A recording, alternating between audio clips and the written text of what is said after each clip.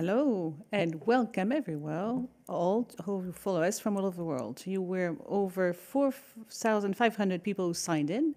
You have many, many people to follow us to this international and participative congress organized by the National Health Authority.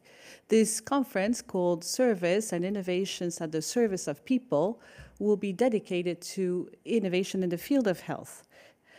Today, we are witnessing technological innovations that are promising and that should not make us forget the human evolution and organization evolution that improve the quality of healthcare on an everyday basis. However, no matter how promising these innovation can be, they also raise issues that are economical, that are ethical, and that are linked to the respect of our environment, all those issues that we must address. How can we innovate, taking into account these challenges? This is the topic that we'll be discussing today. We'll welcome some French and international speakers who will share with us their works, their research. You will also have the option to ask questions via the chat box, which is on the right side of your screen. And I would like to give the floor immediately to Professor Lionel Collet, President of the National Health Authority, for his opening remarks. Mr. President, you have the floor. Thank you, ladies and gentlemen. Thank you. Thank you for attending. Thank you for being here with us at this HAS conference. It marks the 20 years anniversary, and we wanted to talk about innovation and innovation in healthcare. Why are we discussing innovation today? Innovation is a key word that we find everywhere. As soon as we look at publications, health publications, social, medical, social, we have innovations in the scientific publications that are founding evidence, but we also find them in the press, in the television, and in social media that are more and more turning towards innovation. The National Health Authority is also a place of innovation. It is a place where innovation reigns because our missions are overlooked, and also all the novelties in innovations are going to be based on that. So we are witnessing today a whole array of innovations, but we're aware that it's only part of all the innovations, and the scope is even wider, so wide that we decided to organize this conference today. That should give us a snapshot of the innovations in a half day. When we talk about innovation in healthcare, we know that they could be disruptive or incremental. Not only they're based on a cocktail of technologies, but we saw it during the pandemics with all the arrival of the messenger RNA vaccines. We need to go beyond technology, and we need to look at the combination of the technologies to human needs. And if this combination exists, and if it took place very quickly, it's thanks to the digital transition and intelligence and AI, which is going to bring some tools that are fundamental for the world of medicine. When we wonder about this combination and addressing the needs of humans, we need to take it one step further, and we need to really wonder what are we really talking about. We're also talking about what is going to change the whole system organization between the coordination of professionals that's going to help to make decisions in healthcare. It's going to help prevention, whether it's by digital tools. But we should not forget either the robotics, what those robots are going to bring to give physical help to patients or for the people who need mediation. So we can hope, and we should hope, that all these innovations will bring to the relevance and the quality of healthcare and support of our populations. Mr. President, you give us the feeling of an ideal world where all these innovations are going to be for the best. Don't you think that there could be a downside to these innovations? First of all, well, let's not be too skeptical. We should still, of course, ask ourselves some questions. It is true that if we look how fast these innovations have taken place, we should probably wonder is technology not taking over humans? This is a reality, and we should not forget that in France, we are the country of bioethic law. The first bioethic law dates back from 1888. France has always wondered the question of the relationship of technology and innovation in relation to humans. And it's going to be part of the themes that we'll discuss this afternoon. There's some speakers who will discuss that. We know that there's some independent authorities which we discuss that bring a light to this contribution. I'm thinking about the CNIL, the National Commission for Ethics for Science of Life. Another question, Mr. Chairman, if you allow me, what answers will you bring to those who fear the increase of inequalities in the healthcare system that has a few inequalities, as some scientific works show? You know, the National Health Authority is bound by law to provide an annual report. The last report the report of 2019 was on this topic and underlined the risk of inequalities because of the emergence of digital. People who are in white areas, people can't afford to buy the tools or the subscription. The people who, for cultural reasons, are remote from this, are distant, far away from this world. And that's why we need to be more vigilant and be very careful. But we also feel that these innovations are tools, can be tools to reduce inequalities. Today, if you have a smartphone, that could also be a tool of promotion and prevention. Some research of medical research fields, participative fields, you know, we have a lot of young people who have mental health issues, and this could be monitored by this problem called Mentalo, which is could be on a smartphone. Let's not forget about these innovations, the medical field and social field, because they are impacted by these improvements. And in the law of the digital law called Ségur in France, there's a dotation only for digital improvements in the medical and social field. Thank you very much for this, Chairman, for reassuring us. I now suggest that we should listen to Madame Geneviève Darusset, who's our Minister of Health, and she's going to tell us about the innovations in the field of health and healthcare. Madame la Ministre. Hello, everyone. I am absolutely delighted to open this conference online, this conference organized by the National Health Authority. And I would like to thank your president, the Professor Lionel Collet, but also the members of the college, your general director, Jean Lessy, as all the teams of the National Health Authority. It is thanks to you that this event, of course, is taking place today. I know that there are many of you to take part in this day of exchange, professionals from the healthcare sector, social and medico-social sector, national and international experts, representative of public institutions and users. Health, innovation at the service of people. This is a theme that you picked for this conference. And there's a reason for that. Innovation is at the heart of your jobs. A very current challenge that I will have the pleasure to discuss with you in other occasions, I am sure. Because innovation and health are absolutely linked, and because innovation in the field of healthcare must keep going. Technological progress are getting more numerous. They offer new prospects to improve healthcare and also the quality of life of the patients. You just have to watch the concrete progress that are coming up. Just to quote a few, the miniaturization of the medical devices, the new therapeutic approaches, or the considerable progress made in medical imagery.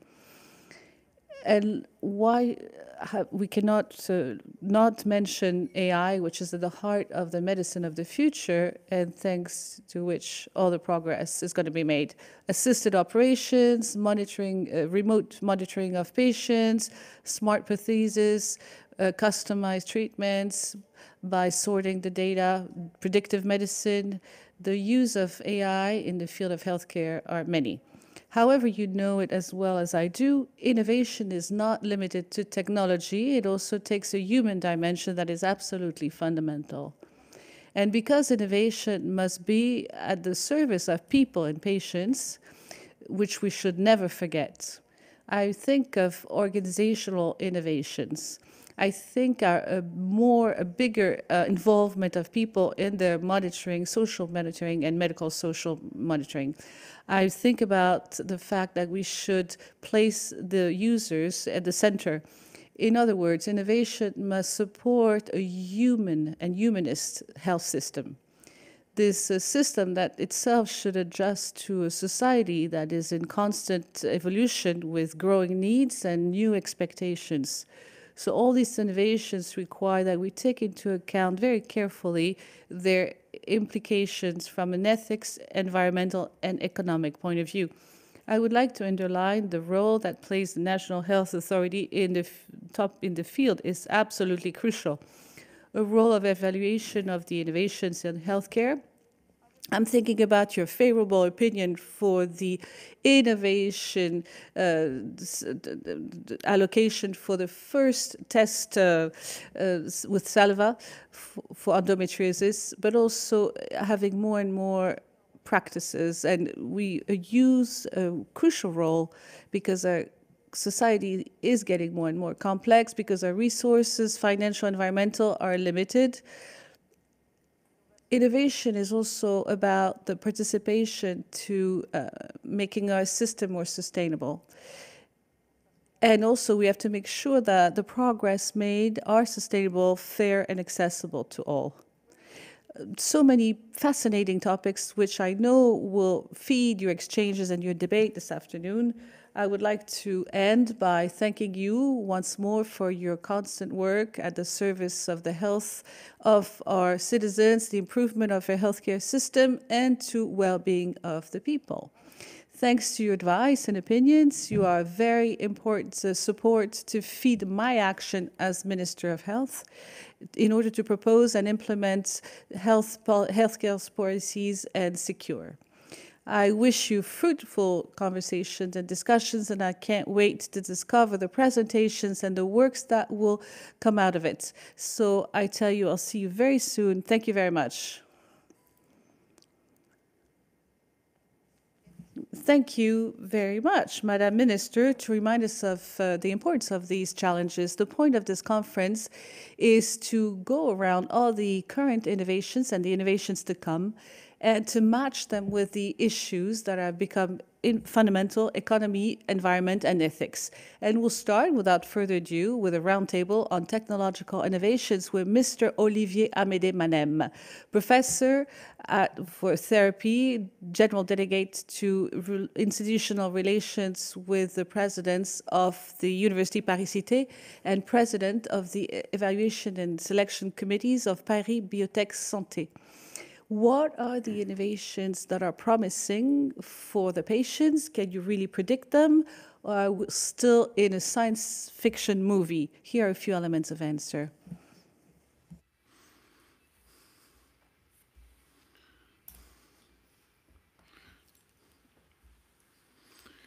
Horizon scanning and innovation and therapeutic innovation. That's a broad subject. And that made me dream right away. It made me think of that sentence by Martin Luther King, "I have a dream." Haven't we all dreamt that cancer became a banal disease, that a chronic illness becomes reversible, that your telephone can predict that you're going to have a heart attack in the coming hours? You're going to say it's science fiction? No. It is tomorrow's world that we are designing today. Obviously, if I treat the subject of horizon scanning and therapeutic innovations, it's going to be a very long list. You're going to fall asleep. You're going to do something else.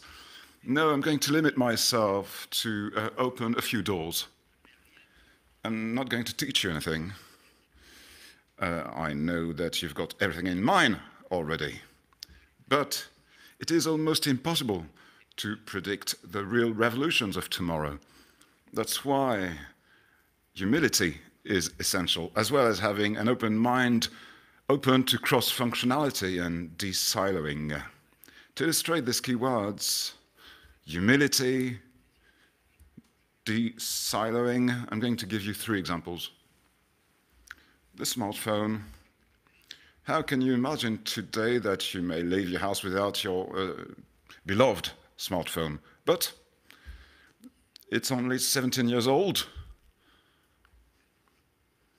Did you think 17 years ago that that little device would allow you to call people, to read emails, to surf and browse the internet, to capture photographs, to use health applications? Of course not.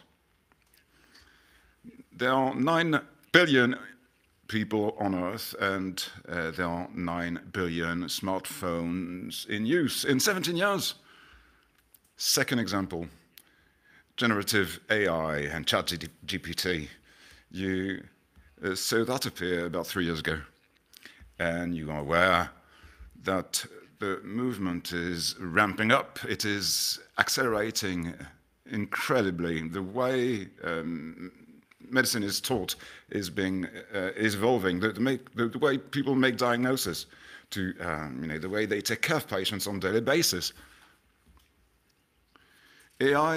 Generative AI is also going to turn around the way we deal with mental health. It's going to become the companion of loneliness.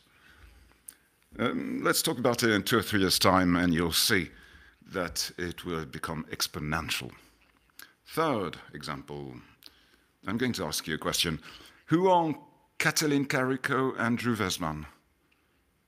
Kathleen Carrico and Drew Weissman. I'm going to give you a few clues. They lived in doubt, in the shadow, in skepticism, but they had huge convictions, and one of them had left his or her university. They worked on the RNA messenger. So it's thanks to them that we got a vaccine against COVID. It's not only a discovery, it is a fantastic progress, because beyond COVID, the messenger RNA makes it possible to develop other vaccines, treatments of cancer and other rare diseases. It is a matter of perseverance, to be daring and courageous. Let's remember that Kathleen Carrico and Drew Weissman obtained in 2024 the Nobel Prize for Medicine. Now let's talk about a few examples that you all know, innovations in medicines and medical devices. These innovations illustrate the importance of cross-functionality and de-siloing. All of the cases I'm going to talk to you about on the results of that.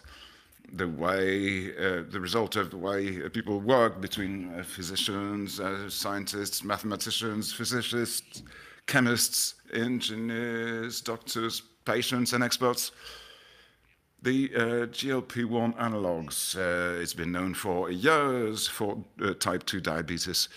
We understood there was a possibility to lose weight with 2 side effects. But if that is confirmed, it is a market of billions of euros. But it could also treat other illnesses in cardiology, for example, with better management of hypertension, of heart failure, of sleep apnea, certain liver and kidney diseases, and even Alzheimer's disease. New therapies for cystic fibrosis, combining antibiotics and modulators such as CFTR. It's changed patients' life. Immunotherapies in last years, there were fantastic innovations. For example,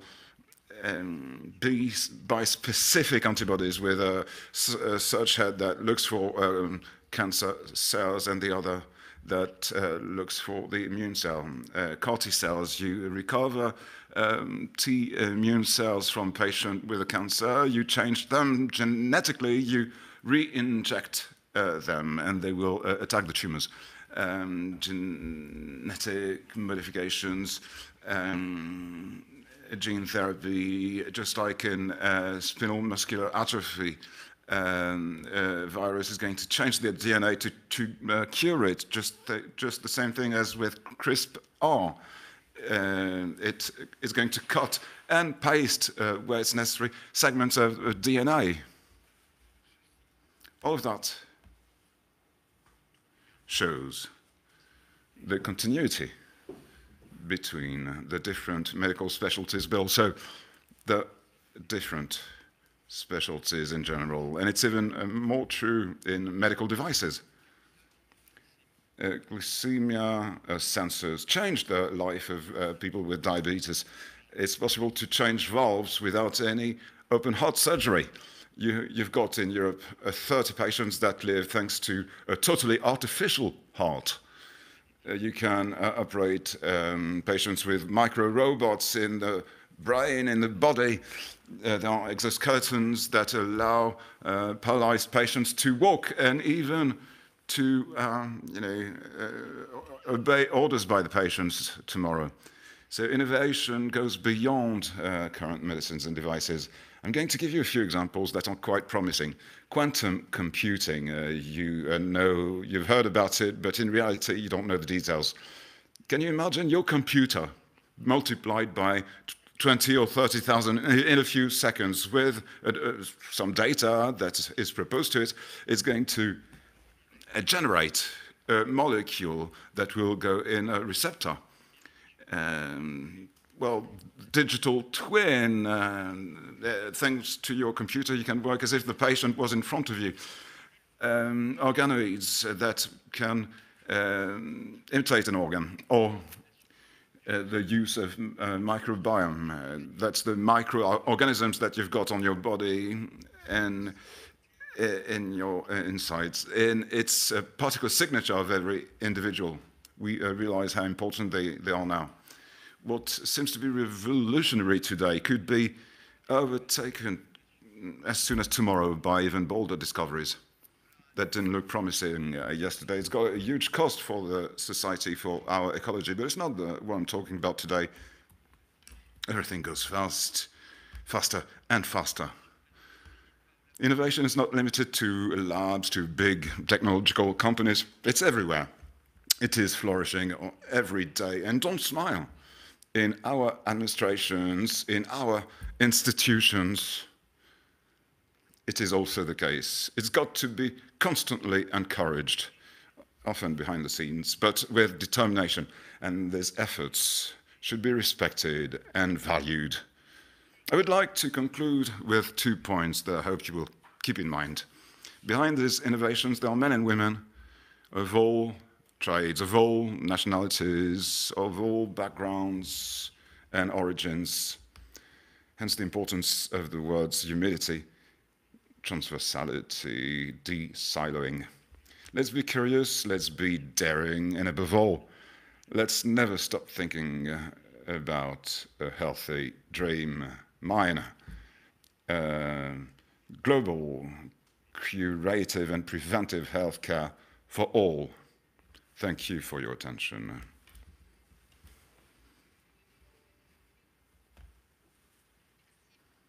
Thank you very much, Mr. Olivier Médé-Menem. I'm delighted to welcome you on the set. You said behind these innovations, there are men and women of all nationalities, backgrounds, origins, hence the importance of the words humility, transversality, and de-siloing.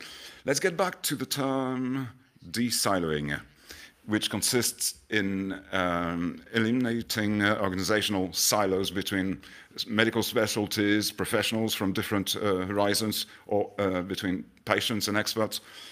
To which extent is it essential to unleash a process of de-siloing in the face of therapeutic innovations? And I've got a comment. I've got the impression that we've been talking about it for years and years. Why haven't we managed what is necessary to manage that? Thank you for your question. It's a very broad question. will not have the key to answer it right away. There are some remarks that can be made. For young people work in a cross-sectional way more and more because they're on networks, because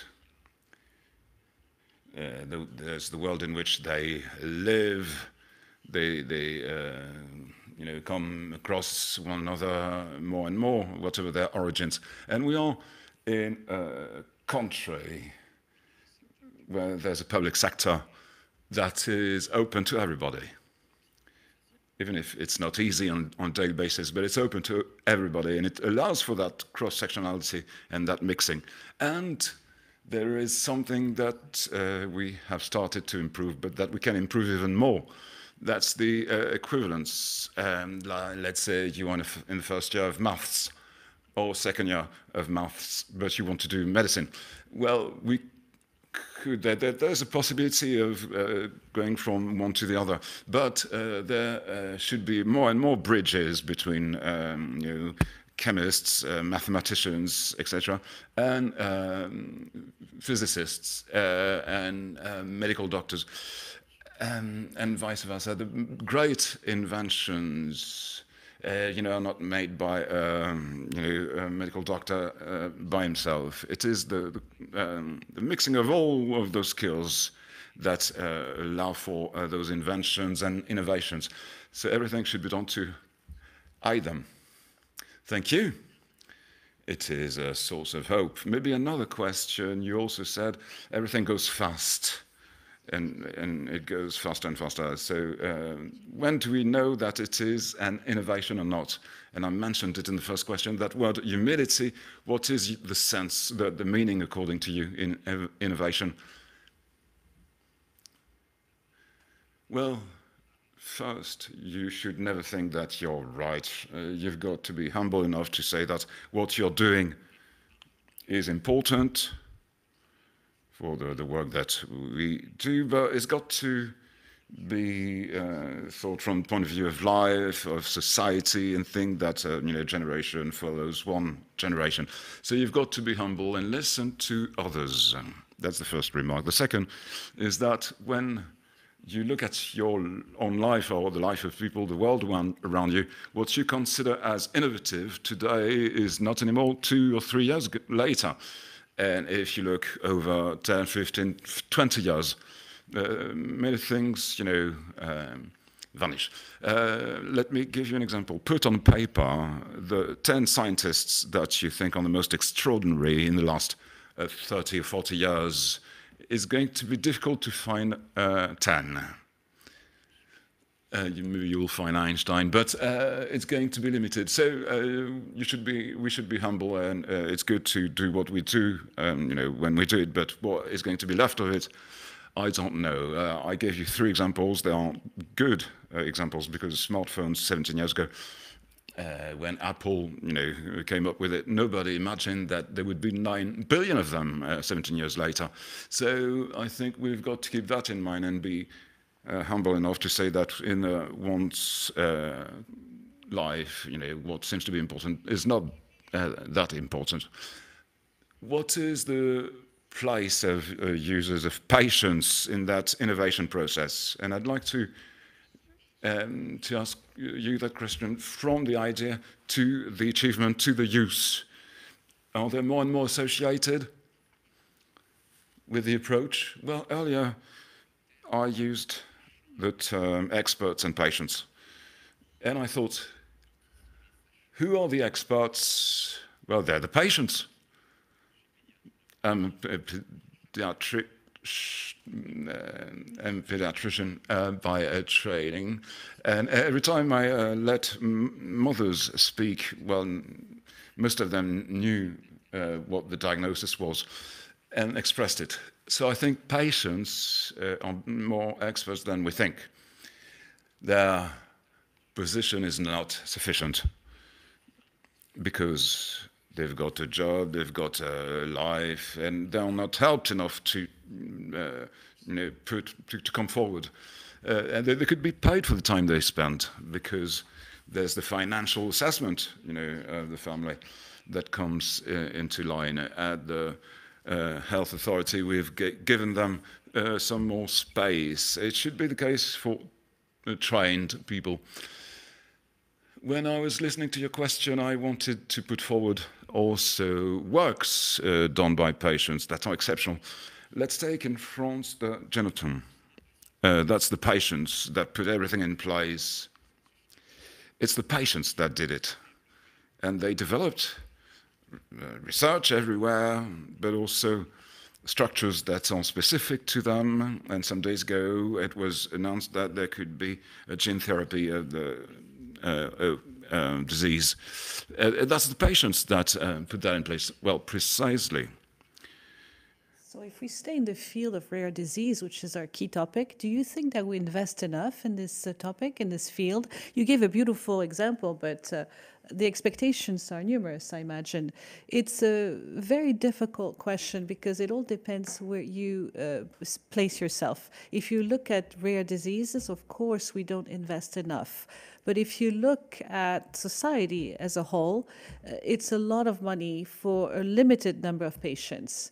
But of course, both bring something to each other. What is done in the field of rare disease is going to serve for other diseases and vice versa.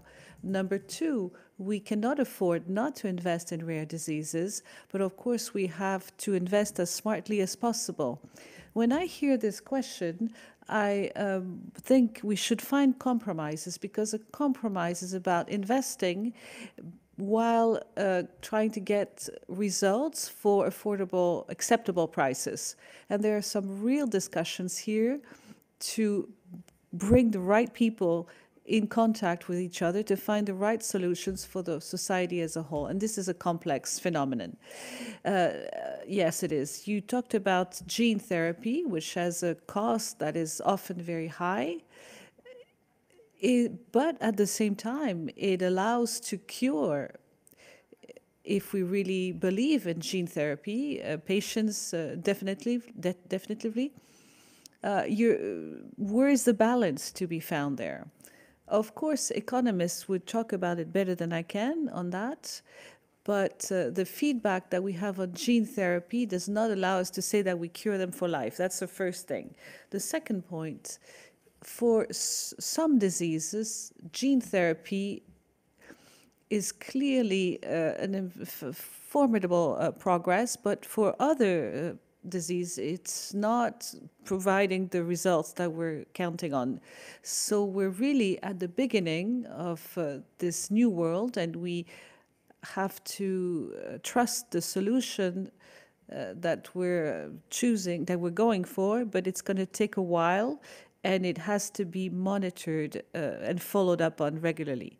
Maybe a last question, Olivier Amédée-Madène, what is your dream in terms of innovation? Of course, it's a very open question. If you just had to bring up one. In my presentation, I said that I would like to have curative and preventive medicine that would be for everyone, good for everyone. I would add something personal. I am a pediatrician, and I am very attached to newborns and to young children. And in every disease and death, you always find unfair that an older person, an elderly person deceases. But if I had something to do, I would invent a cure so newborns and children could avoid diseases and death, because it is even more unfair. Thank you very much. Thank you for sharing this dream and all this information. Thank you very much, Olivier Amédée-Madène.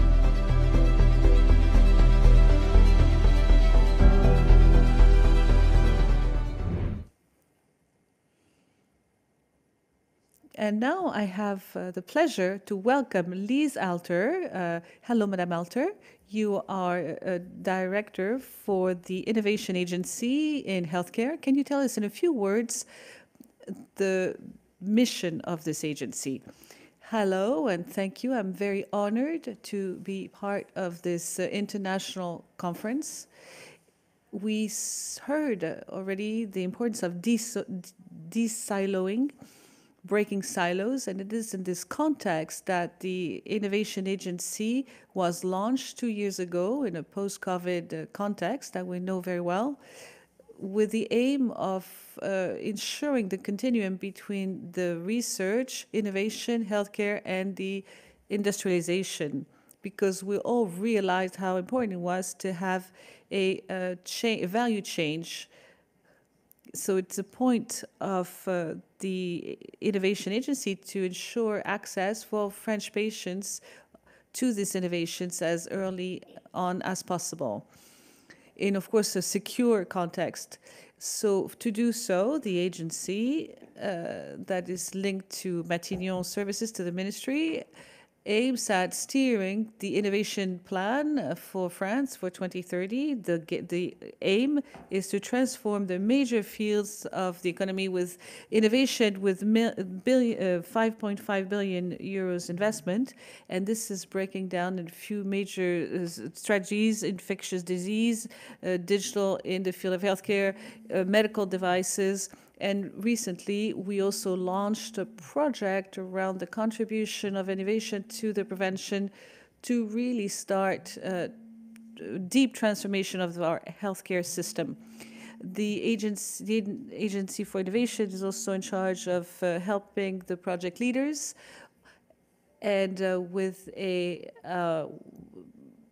an access point to guide them, to help them navigate our healthcare system that is often very complex, with some regulatory challenges to address when they develop the innovations, because we all know that clinical research is a field that is fundamental and that requires a lot of time, and we need to anticipate the requests made by the health authorities. The agency is also in charge of conducting research in prospective medicine and to facilitate the regulatory process so the innovation can be developed more smoothly and can get into the hands of the professionals and the patients. So you published your roadmap in 2023, where you developed the actions, the priority actions in terms of prospective medicine. Can you tell us more about this? Of course, prospective medicine, these actions, we carry them with the INSERM to do, they do prospective early on, and then there's the other agency that does prospective medicine further down the road, when the medicine, the products are already developed. And for us, the idea to do this prospective works is to focus on three priorities, three themes, for which we're going to have a proof of concept that will then develop beyond those priorities. First of all, innovative therapy medicine. We have a double challenge throughout the development of these medicine of innovation therapy. We need to finance as well the healthcare system. We clearly know this now. That's why we need to develop tools of horizon scanning around these innovations, but also need to better organize the healthcare treatments with medicine, again, the hepatitis C, but also CAR T cells.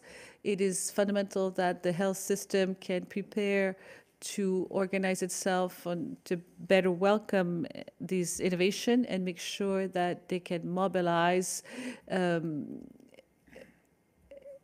gains of efficiency that are expected, and they can be administered to the patient as they should.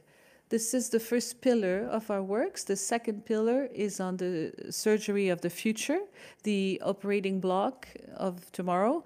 The professor, Amédée Madame, said a few words about it. We have a lot of innovations that are combining each other, and the sector of surgery and interventions in general is marked by these innovations, with robots, medical devices getting smaller and smaller, AI, digital twins.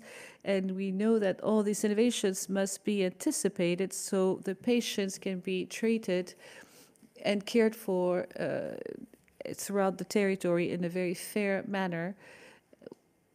And it also may require us to update some of the structures throughout the country and training the health professionals.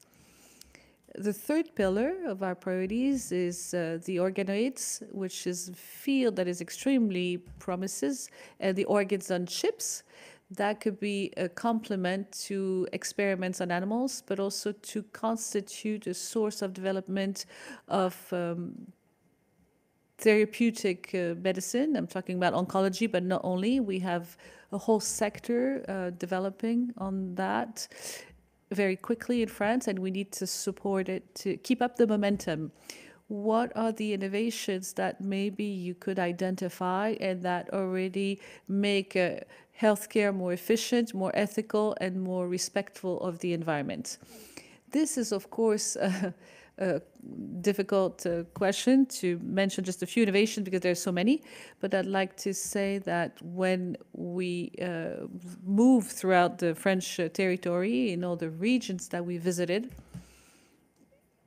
we were put in touch with some project leaders who were very promising, and there were some innovations in all fields. I'm just going to name a few in the field of therapies. It's some vaccines against flu, for example. Also, in neurodegenerative disease, there's a possible transplant of neurons. There's a miniaturization to produce some CAR T cells, and for Parkinson as well. The exoskeleton as well that are being developed that will improve the autonomy of people with disability. Also, I'm thinking about the development of AI that will help the healthcare professionals in their daily practice, because an innovation has, of course, a clinical impact for the patient, but also the improvement of the conditions of work and the organization of the care that is provided. So that will allow them to generate some reports more quickly, for the prescription, for the diagnosis, to also take care of the patient when they go through operations. And it will also help them to take the patients as early on as possible to detect the pathologies, so the patients would be put in touch with the right professionals and included on a care journey.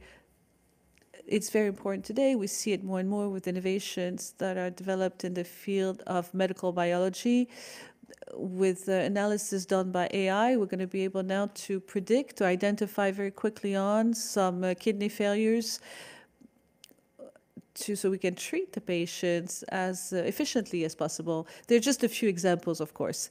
Thank you very much for these precisions. I invite you to stay with me, and we'll now discover together a film that was done within the film Imagine at the Hospital Necker.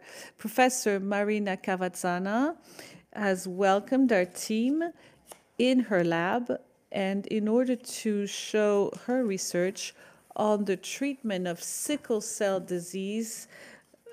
The sickle cell disease, I remind you, is a genetic disease that affects 30,000 people per year. It is showing by anemia, very painful crisis, and an increased risk of infection. If the current treatments allow us to increase the life expectancy of the patients, it remains limited. And the research is continuing to work on it to see how we can treat the disease as its sources, where the red cells are created. So is gene therapy will be a turning point for the patients affected with sickle cell diseases? I invite you to discover this with this little film.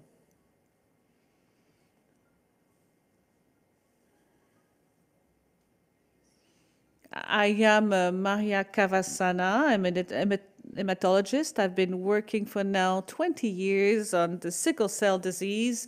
Gene therapy covers the possibility to help all the patients that cannot benefit from transplants of stem cells from a healthy donor. The gene therapy is about doing in a number of operations with the patients to collect this stem cells. The stem cell is the origin of 2 million red cells per day, and then we pass those cells through genetic modification that try to bring back a gene that is not functioning to a functional state. And we can do it either by adding the healthy copy of the gene or by correcting the gene mutation as it is.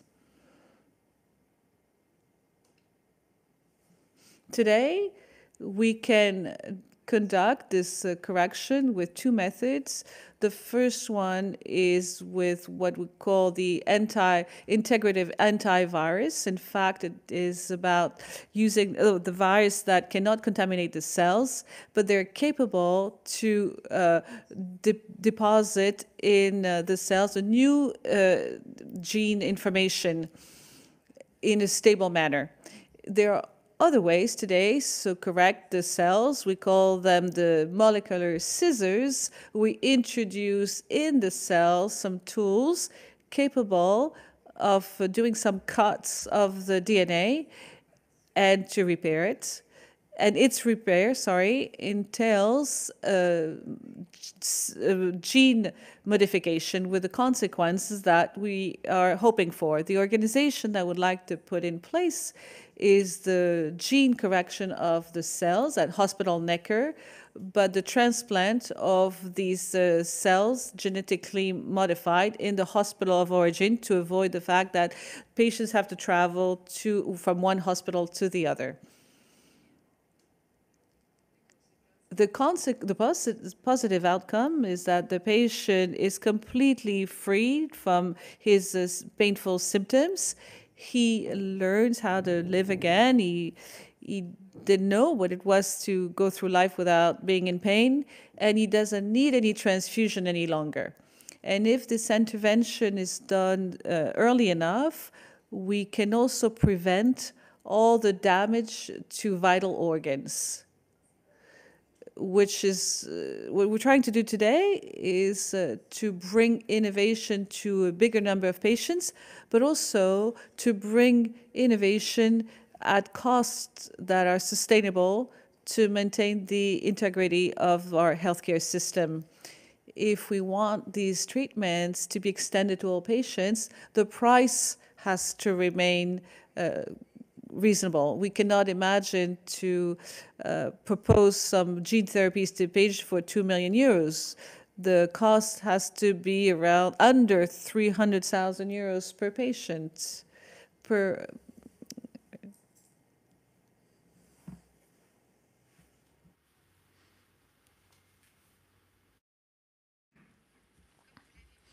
Just as you saw, that documentary showed a number of major points: and innovative treatment and optimal organization to avoid excessive patient travel, which has got an impact in terms of equal treatment and ecological footprint, and a financial cost to guarantee care for all patients.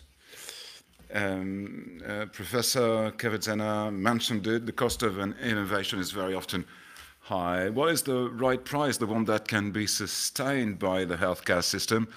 And the question also applies to the environment. So to discuss this dual challenge, it is my pleasure to welcome on the stage Mrs. Fanny Burrows, your senior lead Net Zero Research and Innovation at the Green NHS program, NHS.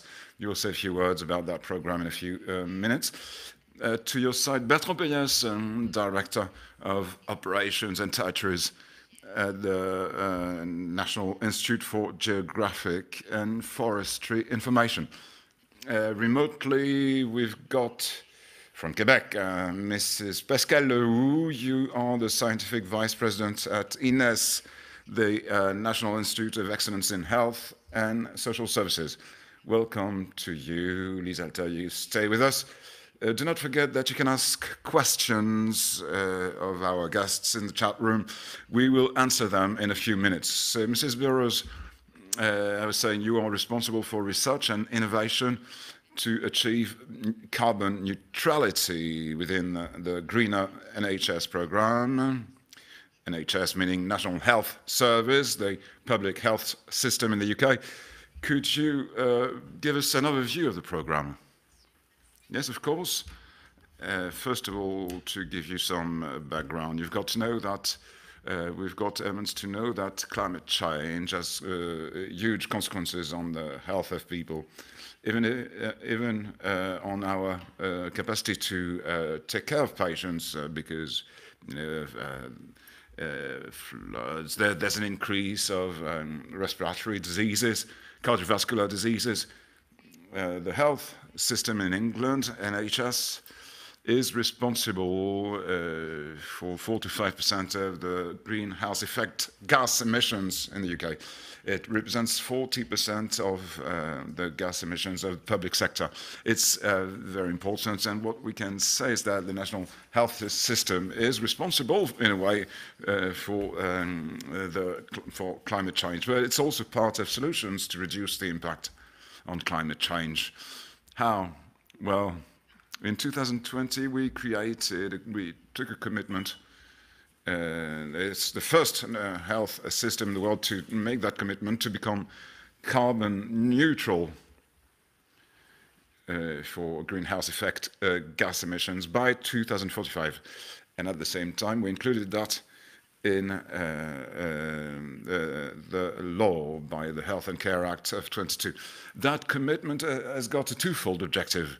The first is to reduce the greenhouse effect gas emissions that we can have control of, that we can influence directly. For example, fossil energy, the electricity that we use in health institutions.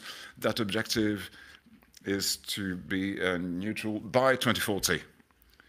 Our second objective is to be neutral by 2045 for all emissions. It means neutrality for emissions that we do not necessarily have control of, but that we can have some influence on. We are talking about the supply chain that constitute 62% of our emissions. So that's the two objectives. Now, how are we organized at the Green NHS? Well, we've got several priorities and commitments with different actions, for example, in real estate and infrastructures, the energy that we use in health institutions, transport, well, mobility in general, everything that concerns medicines and therapeutic chains, that's 25% of the emissions. Actions with regard to the purchasing power. I'll give you some examples. Actions also in nutrition, what we feed patients in hospitals, care journeys. There's a preventive aspect that is very important. Human resources, because health professionals take care of patients, and they've got to be part of the approach. It can be in terms of the knowledge, their training, also research and innovation that support those commitments and objectives, and also obviously data analysis, how we can collect data, especially in terms of the progress we make as for gas emissions. So how can we relate that to floods or heat waves? As for the purchasing power, if I may, about 10%, a criterion that was integrated in calls for tenders for 10% of the latter. So since 2023-24, we've also asked suppliers to publish a carbon reduction plan to commit to objectives. We've got contracts of £5 million a year. It's going to extend to all suppliers, and as from 28, we're going to impose criteria with regard to products, where the product comes from, how it was used, what is the waste. NHS is a national system, so we've got a national policy for that neutrality. But we collaborate with the regions. There are 7 in England. So 7 regions contributing to that neutrality by 2045, and that support our actions. But every system, every hospital has got also a responsibility, and they've all developed since 2022 a green plan that justifies all of the actions they undertake and that they will undertake in the coming years to reduce their carbon footprint. So it is national working with a regional, local level. Good. And you already had initiated a number of actions. Could you give us examples, concrete examples on a daily basis? What well, we could take from you? Well, yeah, in innovation, since 2021, we've been launching calls for tenders to support an innovative project supporting environmental issues, to improve patients' health, economic stakes also. For NHS, we invested £10 million to support about 39 to 40 projects. Small examples, we work with an English company that's called Revolution Zero that works on the manufacturing of medical textiles that can be reused. That may be simple, but that company also developed a process to decontaminate and clean up those textiles, so sheets, masks, etc., to reduce their environmental impact. For example, to reduce the temperature, to use detergent that is more environmental friendly. But also they developed a system to locate textile, because we lose 30% a year, and it's got a cost, environmental and financial cost. And that company says that if that approach was adopted in England in surgery, it could be gained by £50 million. And we could also reduce our carbon footprint by 100,000 tons of carbon. So round trip, that's to go to New York from Paris. So it's a huge potential.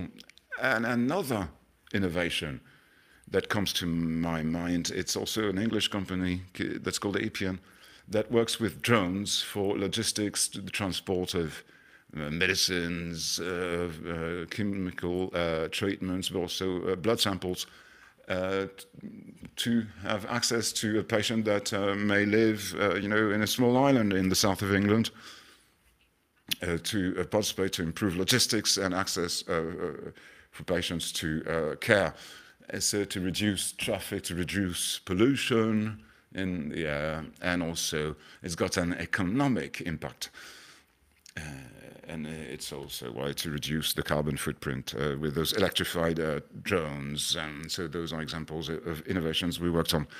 Congratulations. I'm sure that will trigger plenty of questions. Mrs. Lowe, I turn to you. We are going to talk about responsible innovation as well as economic and environmental sustainability. We know that health innovations are very much regulated to limit the risks and drawbacks, and their aim is to save lives and help people feel better. So technologies are developed by clinical teams in collaboration with patients to better meet their needs. Are they already responsible?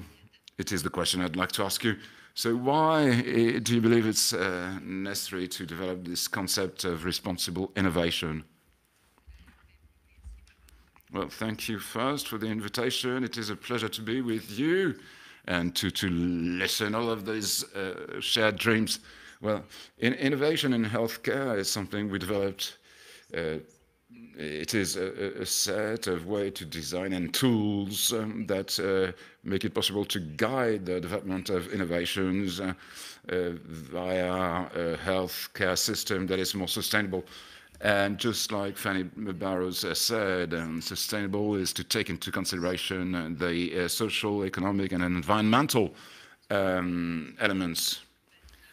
And so it's first an invitation to take a break in that system that is so fast, to take a step back and wonder why we innovate today. We have been committed since the 80s, 90s. In most Western countries, we took about the same path. It allowed us to have phenomenal gains, to make important things, but it's a system that was designed to continue, trying to reach objectives set in the 80s.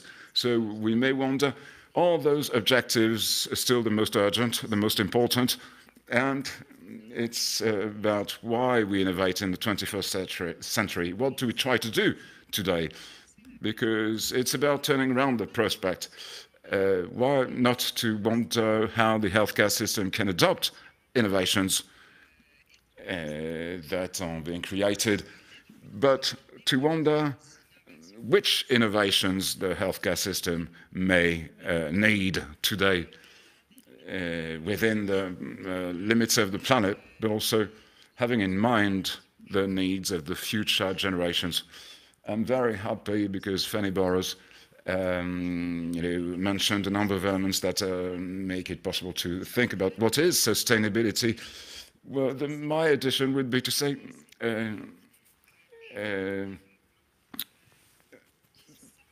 to talk about the preamble of innovation.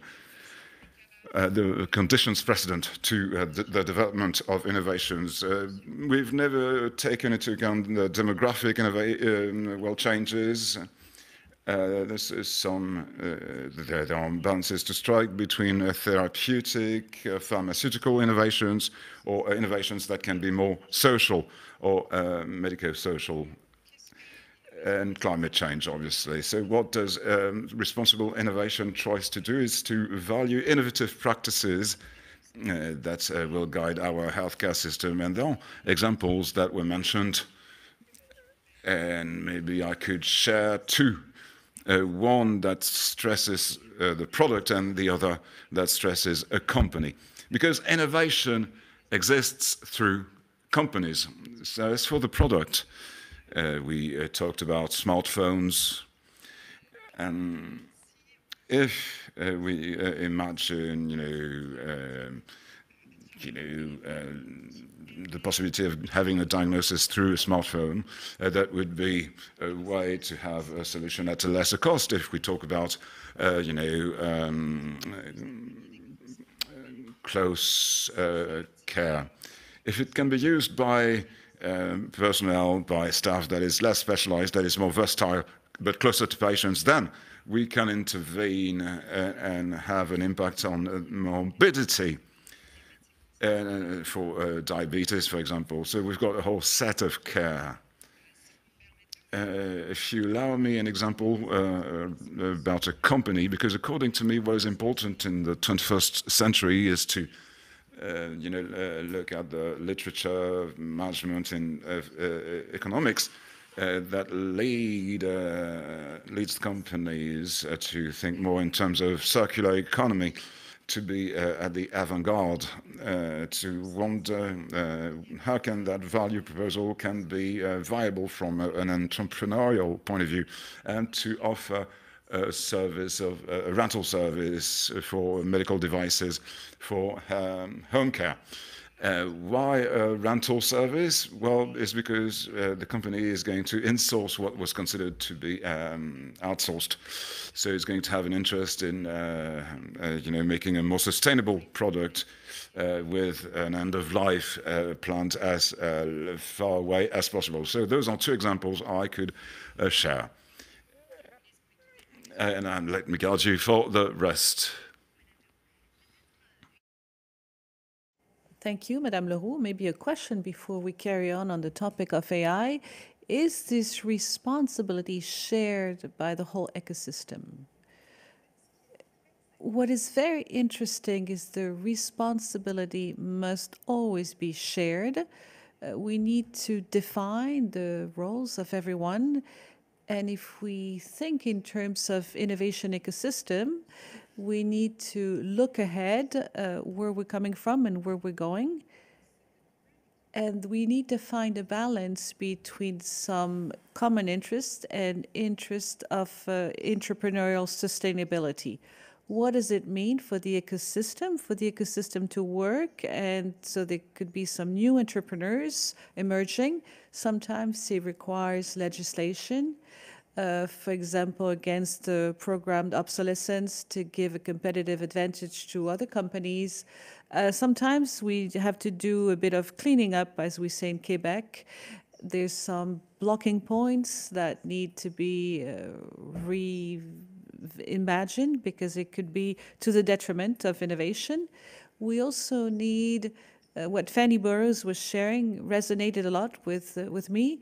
What we try to do in our research team is first to propose some elements to consolidate a sustainable demand.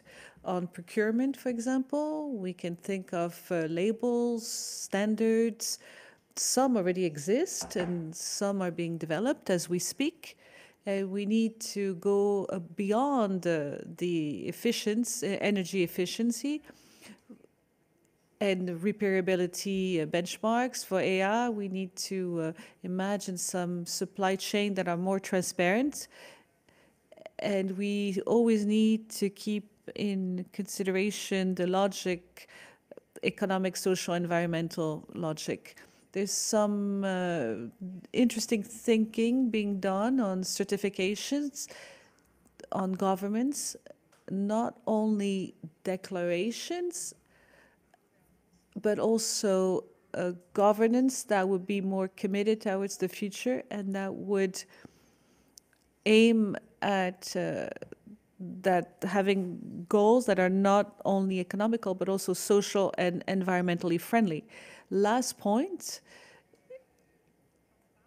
when we talk about responsibility, it can resonate in different ways.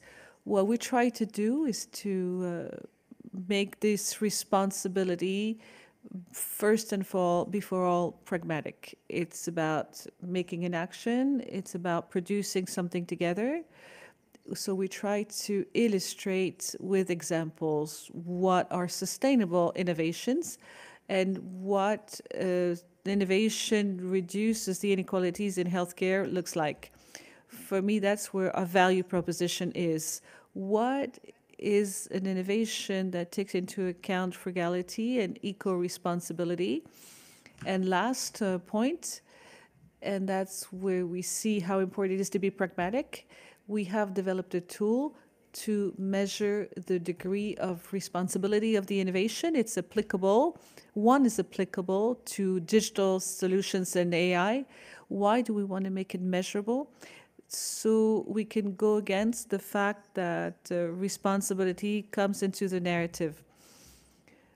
How do we guide entrepreneurs, investors, project leaders of innovation on responsibility criteria that are very tangibles and that will appear in the processes and the way of innovating and in the way of producing innovations, either in governance of the company. So illustrate, measure to make sure that it's not only words, but that we have actions. Thank you, Pascalou. Of course, you're staying with us to answer the questions from the floor.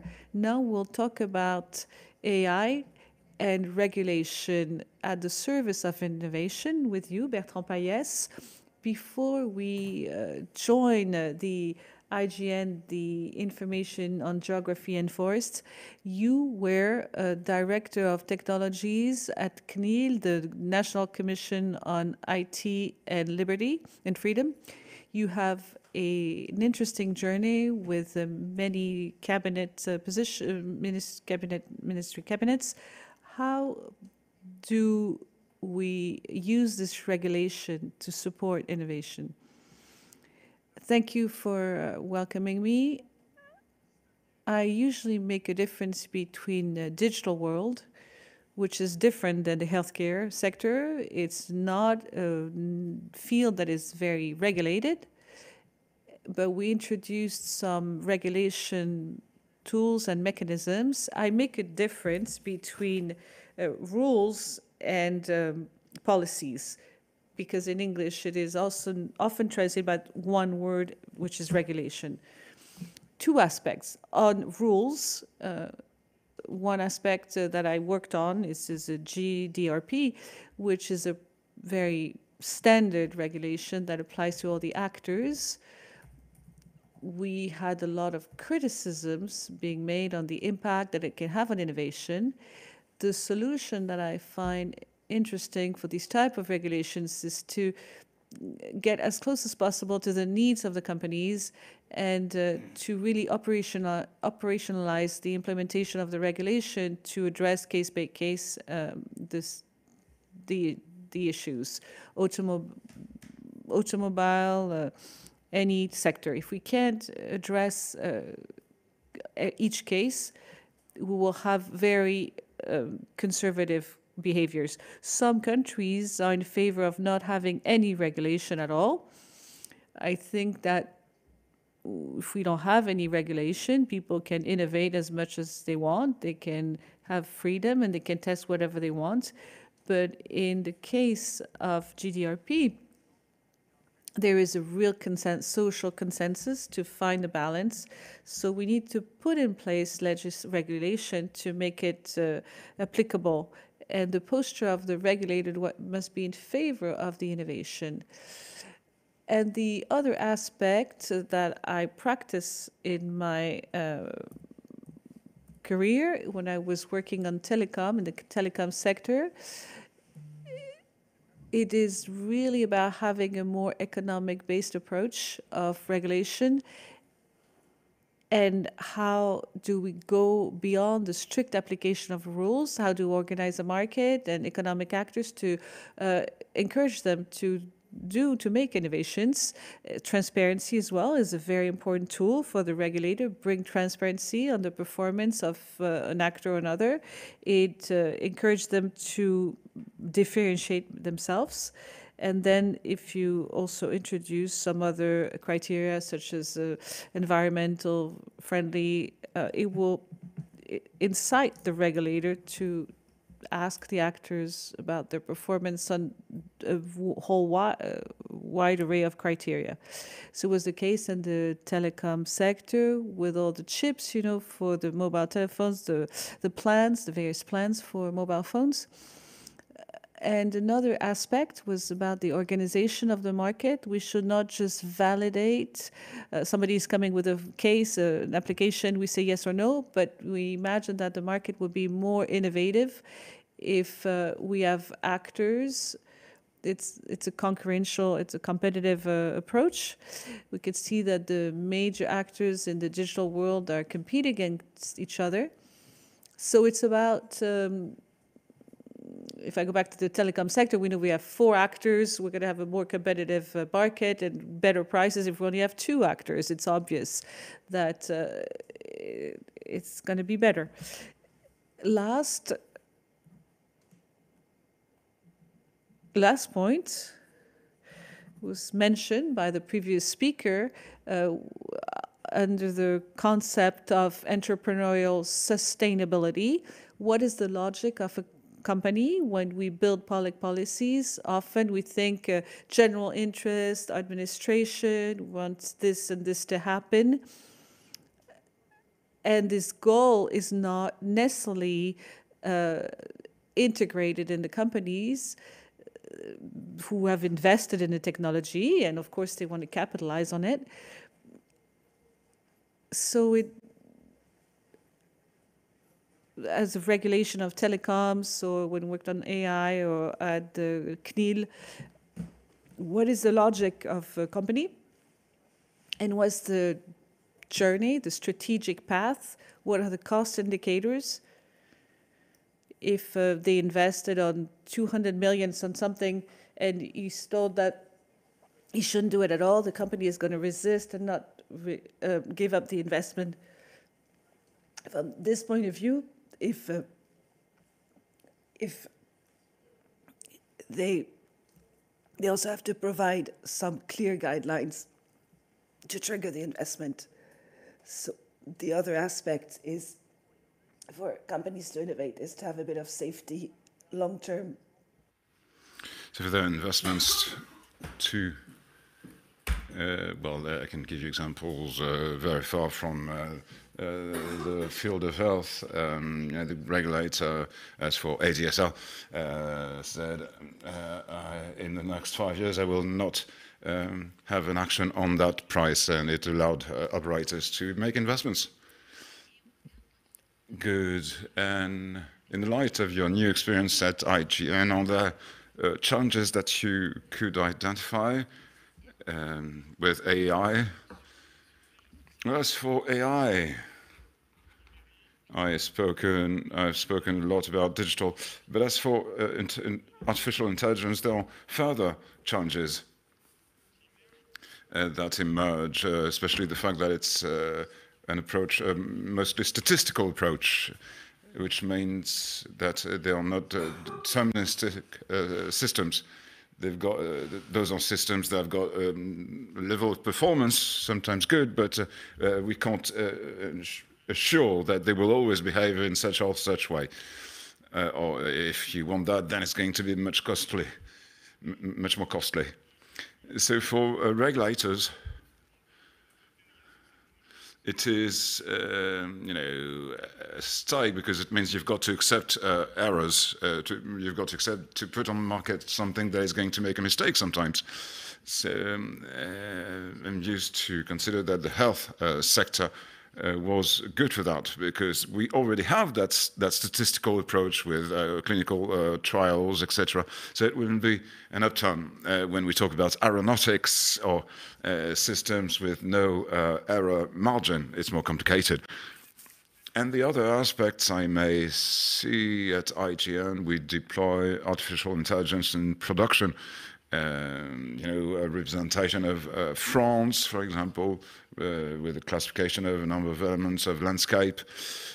With that margin of error, there's one aspect that emerges, is that need for evaluating the results, how you put in place a method for evaluating the results to make sure that the system is robust.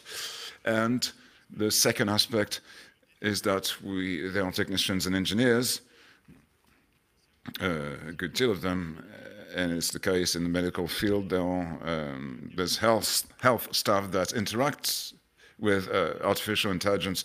So there's some thought to be given to how we can work with those machines. What is the role of the engineers, of technicians? What is the role of the machines? What is the level of control or of training that humans may have to improve the systems? So it's the dialogue between, it's about building the relationship between humans and machines. Thank you. Suggest we ask our guests to answer questions you may have asked in the chat. There are many of you who sent questions. Liselter, I turn to you. We've got a question from a participant in this symposium, is how we could improve access to innovations, to medical innovations. Well, what has got to be underlined is that we are lucky enough in France to have a framework that makes it possible to have access to innovations today. And I think that the HAS, the Health Authority, is well positioned for that. There's an early access to medications. It makes it possible to have access to therapeutic innovations when they've proved to be interesting, and when there are clear elements, for the sake of patients. It's the case also for medical devices, and in digital, with the use of digital. Those are recent developments. On the other hand, well, where it's going to be necessary to go further today, and it is not only the medical devices and medications for individual use, but professional use. We're talking about it with artificial intelligence, and that framework is to be created. But it is important to understand that those innovations with AI are disseminating already today. And for those who prove to be useful for professionals, it is possible to use them. On the other hand, where there's going to be something at stake is what concerns devices with AI that will improve the quality of care, and where the benefit for the professional is not obvious. There are experiments conducted in cardiology, for example, and we work with all of our partners and health authorities to think about, the experimental framework that could be put in place. Thank you. Fanny Burrows, I turn to you because there's a question that relates to NHS's how the decision of the Conservative government to put on hold the net zero affected the progress made in last year's. It's difficult to say. Some projects and strategies that we had already launched that were continued, but yeah, we've got to have a strategic policy that may support our commitment, and that was a bit more complicated in that regard. But I think that now we are in a position where we get more support. Many things are being implemented at the National Health Service to reassess things over the next 10 years. And that's quite interesting. It's about a digital preventive system and to have a better access to patients. It's true that there was an impact on our commitment, but the strategy and the initial commitment were there well in place, and that wasn't affected. So it was positive, and that movement has continued to progress with the healthcare staff, also in financing, the financing from the public system. So we could continue with this commitment, and we stay optimistic. Thank you. Continue with Bertrand Payès with a question on the environmental impact of the digital. How can we reduce it when there's a pre-report from the Senate that estimate that the greenhouse emissions that coming from digital production are going to increase by 60% in France by 2040? It is not my domain of expertise, but we did a bit of work on that when I was at the CNIL. And there's some major works from the regulation of the RCEP Institute with ADEME, which is the agency in charge of the development of energy and the support to energy savings. From what I understand on the consumption linked by digital production, there's something around the servers of data treatment, so we can have some technologies that are conducive to treatment servers that are more ecological. I visited a data center of Skolway in the Val d'Oise region that was working without any AC, with advanced systems of cooling. But the system that has the most impact on greenhouse emission is the fabrication of the terminals. So this is touching upon smartphones, machines. It's about building the terminals that are going to burn the most CO2 because they're going to be built in countries which don't necessarily have that have source of energy that don't emit as many greenhouse gas. So the major work is going to be focused on reusing terminals and building the capacity to reuse terminals, optimizing circular economy. Also, we can put in place some frugal systems in data consumptions. That was one of the major challenges of AI today, because AI consumes a lot of data, but there's some researchers who work on a more frugal approach. Thank you very much. Pascal Lehoux, a question for you. What are the criteria that are linked to environmental health? The criteria, I think that what is important, if we look at the new technologies and the new ways of organization, we need to have a perspective of the life cycle as a whole, from the extraction of the raw materials, their transformation processes, up until their end of life. End of life that in some cases would hope we could reuse them. We heard about the textiles that could be recycled. So there's a prospect of the life cycle. In terms of criteria, if we think about it and analyze them, we need to ask ourselves some questions that may seem simple, but what would be the best way to answer? Innovation is a value proposition for some people.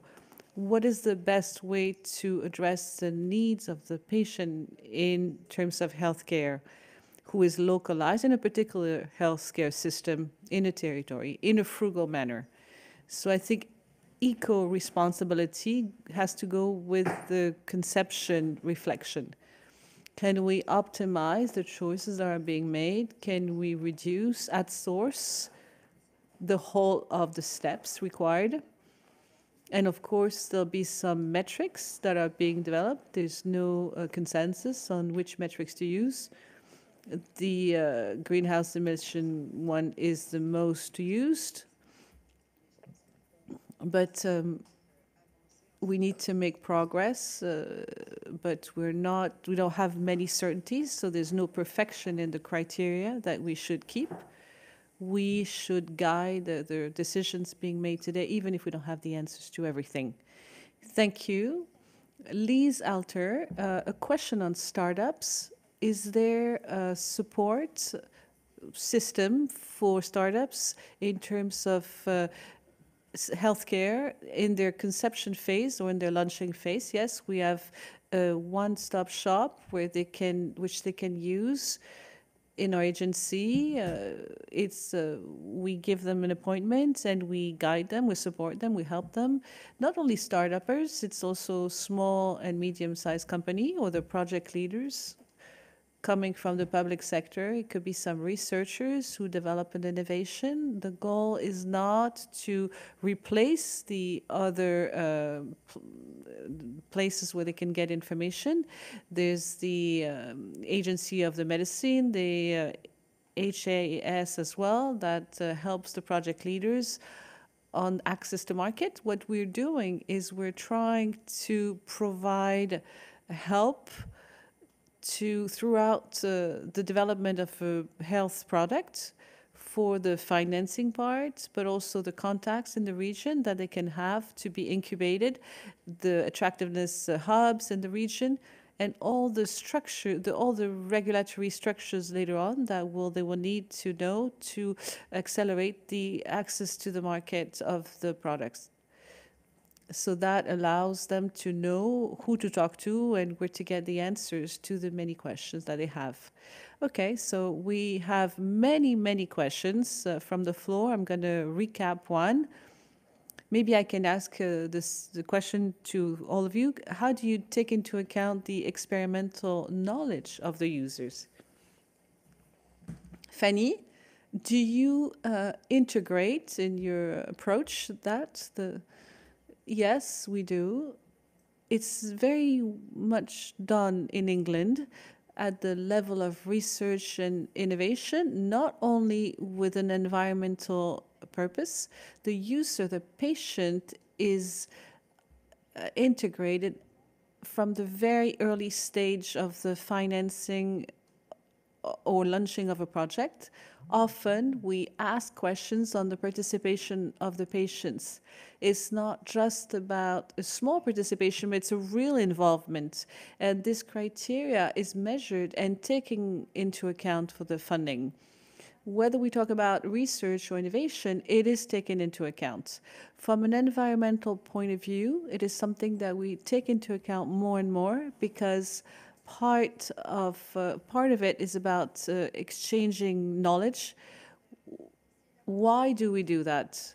We don't try to have an environmental goal without putting the health of the patient and the healthcare and the satisfaction of the patient first.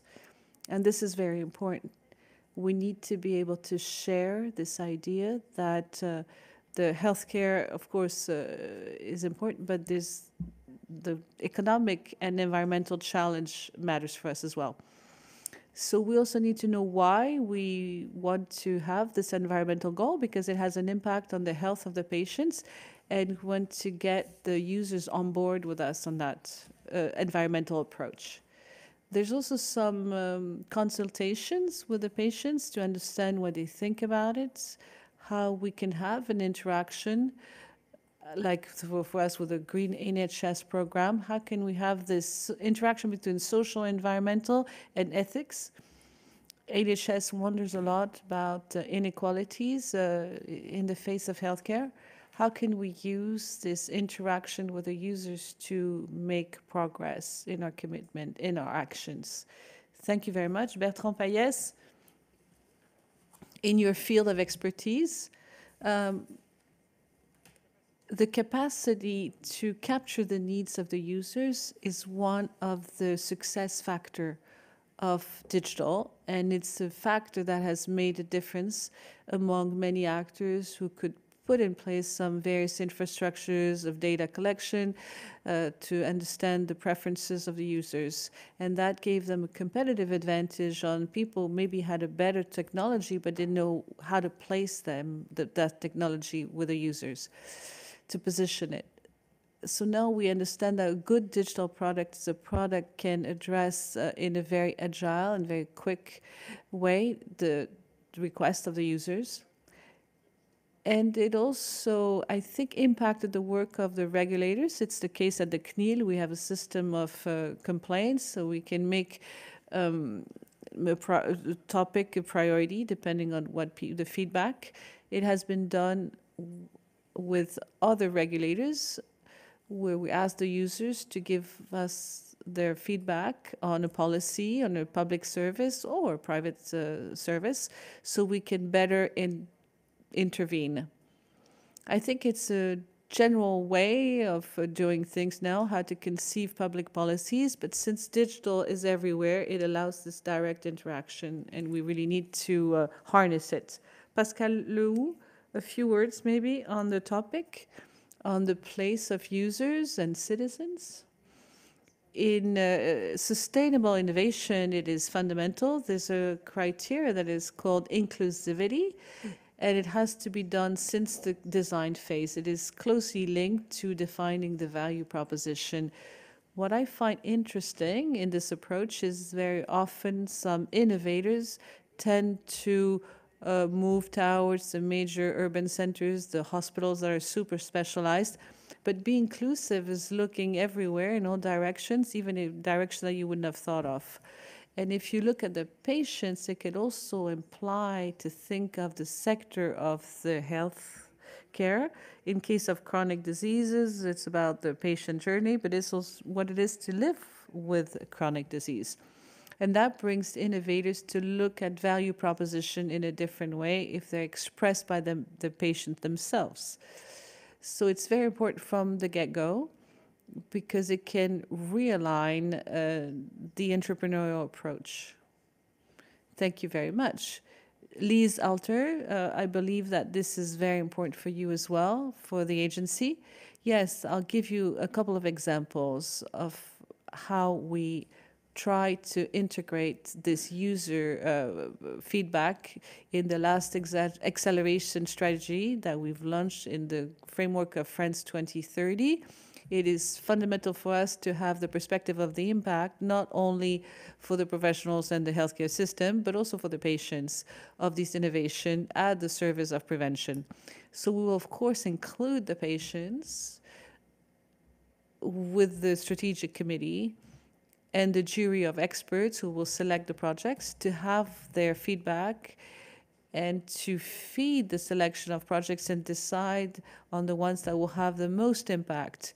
In our prospective works, it is also very important to have this structure of consultation. And it is also the wish of the agency carried by INSERM with partners that include the patient's perspective. So that's something that we have in mind all the time. And we also want to have the perspective of hospitals and industrials as well. Because the innovations today must be at the service of a use, and they must have an impact. And this impact is on the patients. But it is also patient on the health system, healthcare system, and healthcare professionals in a very holistic approach. Lise Alter, I stay with you. There's a question linked to the video that we watched earlier on gene therapy. The Professor Kavatsana proposes to bring innovation towards more people that are sick and to work on sustainable costs. Can we imagine a treatment between 300 and 400,000 euros per patient? Does that remind expensive for you in your eyes? It is very difficult to answer this question. It remains very relative. It also depends on the value that is brought by the technology, the healthcare technology. These questions, of course, are very important today. Of course, we are working on missions, perspective, and on the possibility to work on the public production of medicine, of innovative therapy, to contribute to a lower cost of this medicine that are extremely promising. So let's not forget that medicine of innovative therapy are based on research, fundamental research over several years, maybe dozens of years. It's an international environment where the price is not only determined at the level of a country or at Europe, but it's a whole world ecosystem. So it's a whole ecosystem on which the price is based. But I think that collectively, and we've, of course, work at the European level, we need to work to have the price that are the most sustainable as possible. Fanny, we're going to capitalize on your perspective. How can we bring a strategy of greening of the healthcare sector that would do well in France? Because, you know, both health systems are very different. Yes, they are very different. But at the same time, we may understand that there are many opportunities to align some actions. Some works have been conducted to understand the footprint and the carbon footprint of the healthcare system in France. Maybe we could have a collaboration to align on what we're asking from our suppliers. Often the suppliers of the NHS are the same ones than the ones for France or other countries. So if we aligned ourselves and also with the research sector, because they use several similar equipments and similar products than we do, and that would be maybe interesting from a collaboration point of view. There are also many opportunities to collaborate at the level of research and innovation. How can we share our knowledge to advance this commitment? And how can we pass down knowledge and innovation that was made in a different country, for example, in the English system, and vice versa? Because we can bring a lot from other countries, but also from other sectors. So we need to open up and see what's working and what is not working in other places. That could surely improve healthcare while providing a financial sustainability and understand the journey that we can embark on together. Thank you. We have many questions on AI as well. Bertrand Payas, I turn to you. These questions, of course, are on healthcare. How can AI promote a medicine that is really customized? That's one of the many questions. And what is the future of the traditional sector of healthcare when it's more and more using digital tools and new technologies? So this, again, the limits, the boundaries of my expertise on the healthcare sector. But most of the AI systems are not going to be visible to patients or professionals. If I take an example in the healthcare sector, the medical imaging is integrating a lot of AI, and it has started to do so, and it has proposed technology between the doctor, reality. Maybe now the doctor knows that it's using AI, depending if the authorities validate it or not. If there's no need to have a checking process, because we believe that the AI system is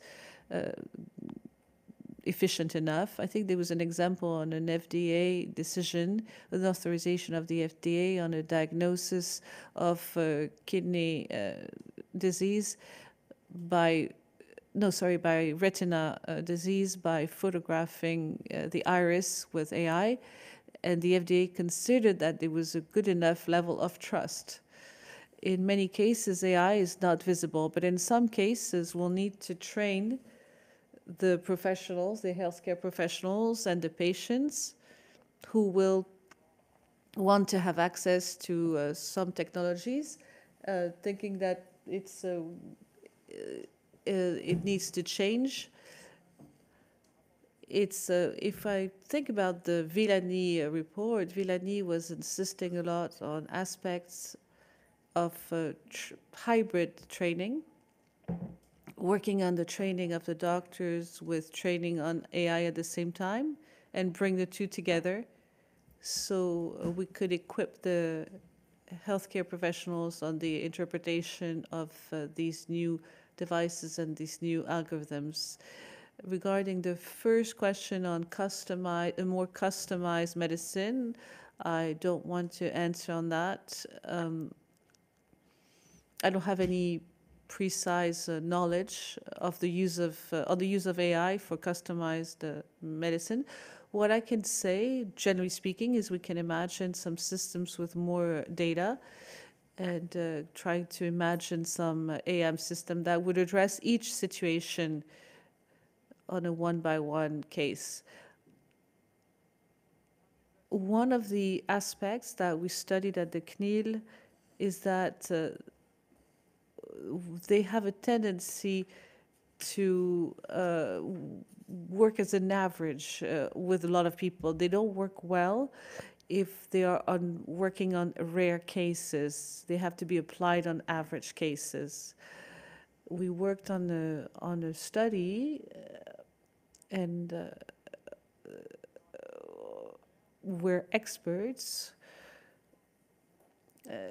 have a tendency to trust AI in cases where they shouldn't trust AI, because the expert is at the limits of his field of knowledge, and he's going to count on the machine, and that's exactly where the machine is not very strong either.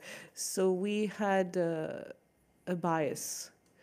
The experts didn't trust AI when they shouldn't in the medium case, and they tended to trust AI in extreme cases because it was outside of their field of competence. So we need to be aware of these types of boundaries, and customized medicine is very special cases, and we have to be very careful on the use of AI. Don't use it on very specific cases. Thank you very much. We're getting to the end of this first roundtable. Maybe one last question for you, Pascal. How could we better value the social and medico-social innovations? It's a broad subject. You know, I was listening with a lot of passion, our colleagues. What I believe because we're talking about AI, and something that shouldn't stay in the blind spot is that, yeah, it is a primitive technology. So how is it going to transform the way we think? How can we, trust a machine to think on behalf of us? But investing in AI, we also create a market. That is, there are people who are going to work in that sector. It is a market that may be very broad. So if we relate the question to social innovation, we've got to wonder about what type of labor we need, where, and how. That's very important in our thinking about where innovation is to happen. And there's an age pyramid that is different. Well, aging people may have very different needs. Some may have fewer than others.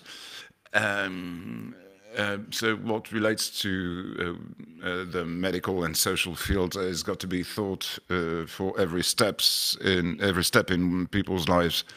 So what do we need to avoid difficulties and foster well-being? So how can we make sure, and I get back to the previous question, why do we innovate today? What are the imperatives? Well, I think that in the medical and social field, it is imperative. Thank you. Very good conclusion. Thank you to you thank you to the public for their many questions. And I suggest now to listen to Catherine Olivier, who's a scientific coordinator of the Methodology and Ethics Office of INES from Quebec. Catherine Olivier is going to present to us an international vision of innovations.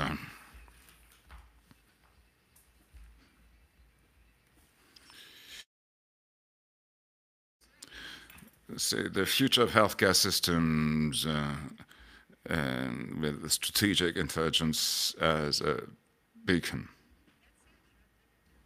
On the 25th of June 2023, I had to flee my own city. The air of Montreal was unbreathable. The cause was the numerous forest fires in northern Quebec.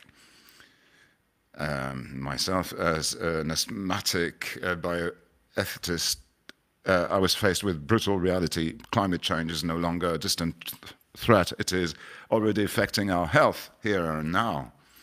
This personal experience perfectly illustrates the paradox that sometimes wakes me up at night.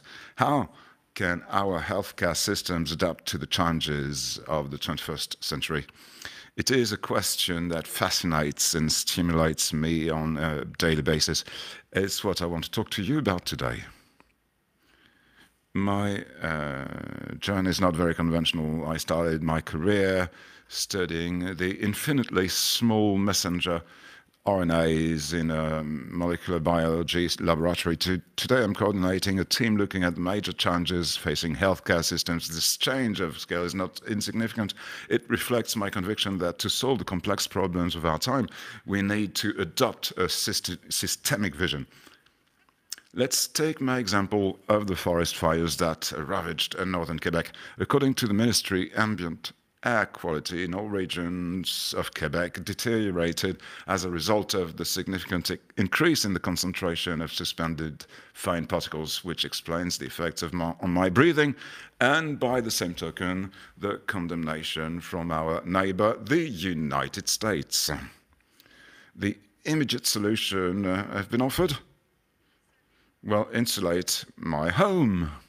And if possible, install air conditioning and intelligent thermostats so that I don't suffer from the heat.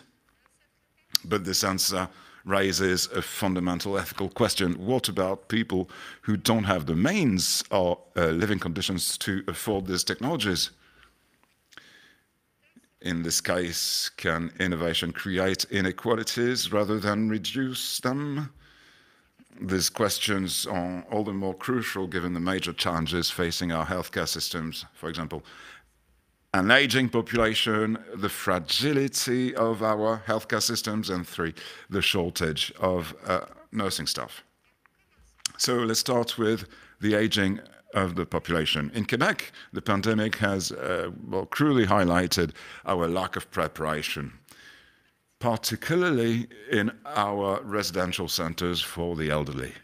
And at the same time, it made us realize that we needed to adapt to the needs of this growing segment of the population.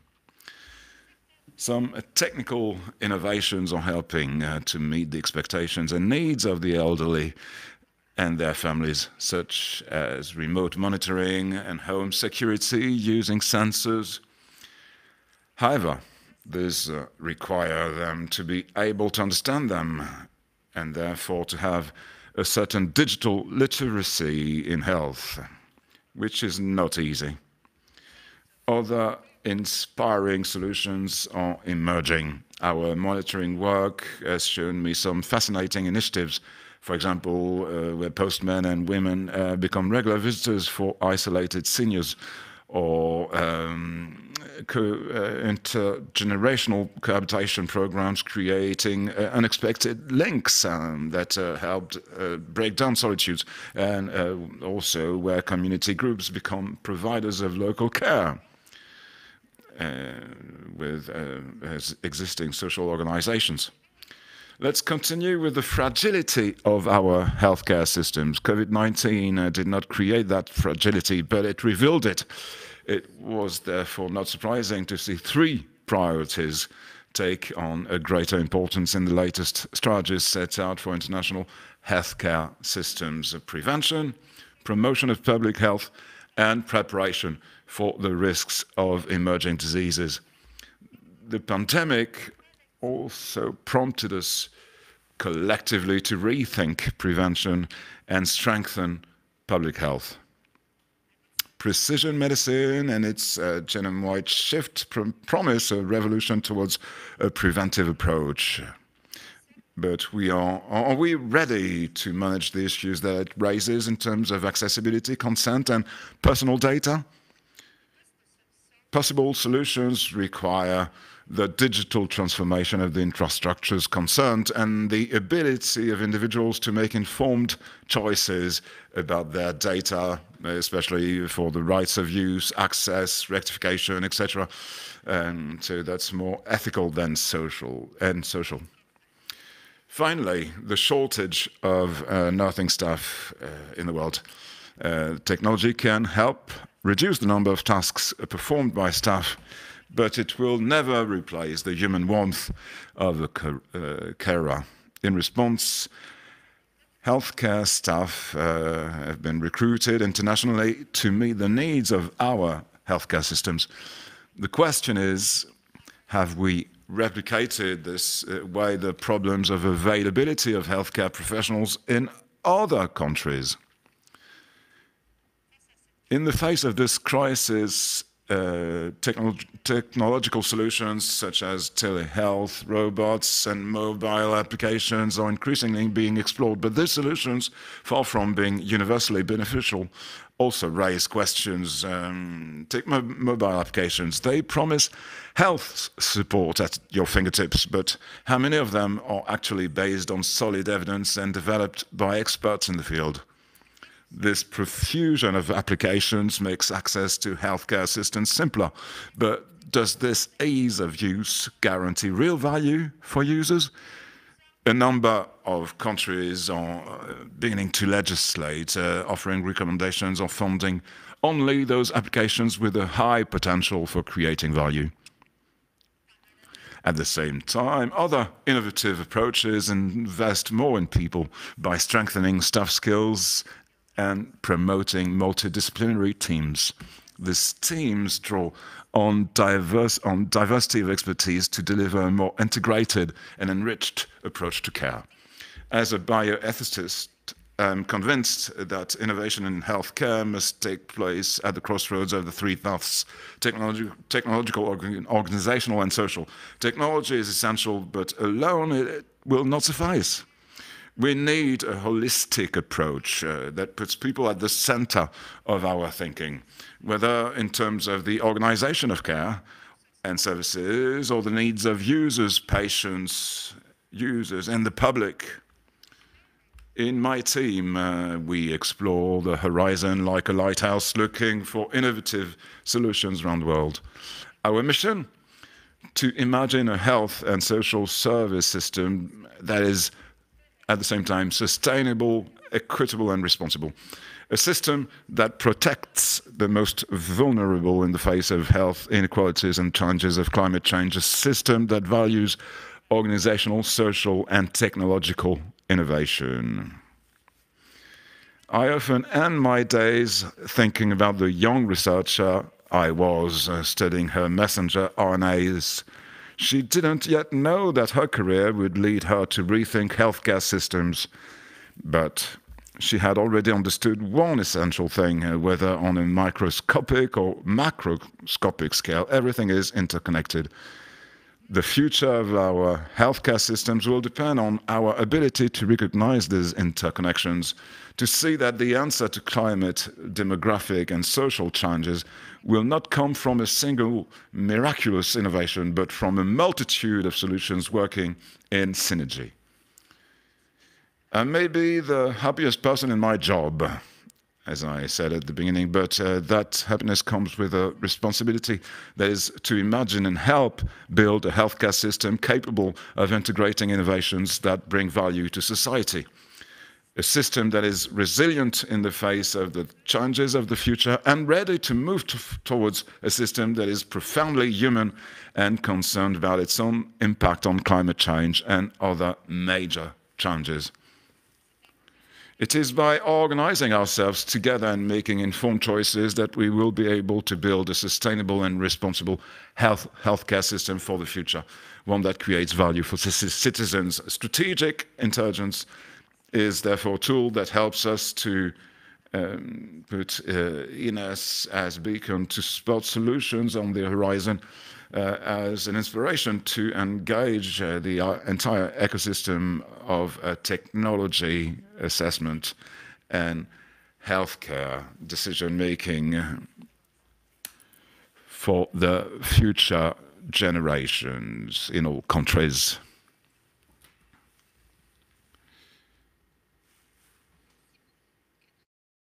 Thank you very much, Catherine Olivier. Thank you for coming all the way from Quebec. I am very happy to welcome you on the stage. You published recently 2 scientific watches, the healthcare systems facing the future, what priorities are guiding innovation, and the second is integration of innovation in healthcare systems and social services systems. Can you present to us some of the conclusions that you identified, particularly on the differences between countries? Thank you very much for the invitation. It is an honor for me to be here with you to talk about our watches that we love deeply. So to begin, these 2 watches on the healthcare priorities and the integration of the innovations are interlinked. The first one helped defining in which scope different countries were placing their goals for the years to come. And also to say that our watches are aiming at highlighting the common elements, the themes that are more common. So I'm going to give you a few examples. We identified a few fields in virtual treatments, the digital transformation. We talked about AI in innovation, but also for the organization systems of the hospitals, customized medicine, we talked about it as well, is part of our main priorities. But we also could see that depending on the context on which the various planning programs took place, we could see some topics coming up. At the end of the pandemics, we realized the idea of resilience to the shock that appeared. And that's how we could imagine a better prevention of public health and the provision of emerging diseases and appearing in different laws. We hope they're going to stay around for a while because it is not so far behind us, the pandemics. We talk about integration of innovations. We try to map out a roadmap based on the life cycle of the innovation that could apply to many different countries. We could see that the approaches are deployed vary depending on the goals that were listed in the priorities, depend also on the regulatory frameworks because they define what we can regulate or not. And that will also help us have reimbursement systems that are different. But we can have some ideas that are more and more interesting and important, particularly for funding of innovations, like the fact of maybe listing innovations for funding, applying for funding like we do for medicine in various healthcare systems. And also, I think the gem that we found among all these emerging ideas, and we heard about it with the NHS today, is to give a criteria to environmental impact in the decision-making process and on the funding process. You like your watches, and we follow them with a great attention. I know that is one that is being finalized right now, that is going to have address this environmental impact criteria and the model of funding as well for innovation. Can you tell us a bit more about that? As we develop our watches, the question of environmental impact took a bigger and bigger place. And we realized that we had to address that question. First of all, we had to see how the assessment agencies, the agencies assessing technologies or the financing of innovation, how we should position ourselves regarding this environmental impact. How can we integrate them in our works? So are there some methods that are existing? What has been put in place so far? So we went around the various agencies and what they came up with, and it was mostly on strategic planning of the agencies. But we can start seeing some initiatives on how the methods are developed. So what's going to come afterwards is what is the right method to integrate the environmental impact in our assessments. But what is clear is this idea to integrate the fact of taking into consideration these environmental impacts in our assessments by, of course, putting first the technologies that need to assess the environmental impacts, and to knowing the sources that we could use on which we can collect data, which is not that obvious because there are not that many data on innovations and their environmental impacts. So we have to pick the right method to integrate it. We see people using recaps of literature, but can we take it one step further and have an assessment based on the life cycle? For example, an assessment integrating the cost of carbon. So we're not sure yet on which method we will use. And the next question is, how do we present them? And how do we integrate them in our, in the evolution of the technologies? So you mentioned the sources. Can you tell us more about it? Where do you find these organizational or social innovations?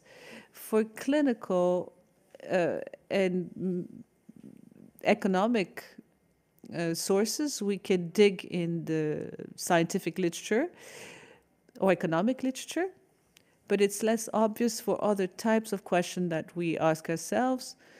We can diversify sources of information. We can look at websites of agencies that support and fund innovation to see how they position themselves regarding the various challenges. We can see some watches of watches or, synthesis of watches such as ours. We can also look closly at the communities of practice of patients, to go in the social media to see how these themes are being developed, because we're looking at the main trends and any source that will bring out the trends that we need to validate so they become important and crucial. A question maybe on the chat. Thank you for all the questions that you posted. How can we make the resources more hybrid to guarantee the sustainability of the structures of the home? Can we innovate by pooling the resources? If I understand the question correctly, you mean make resources hybrid?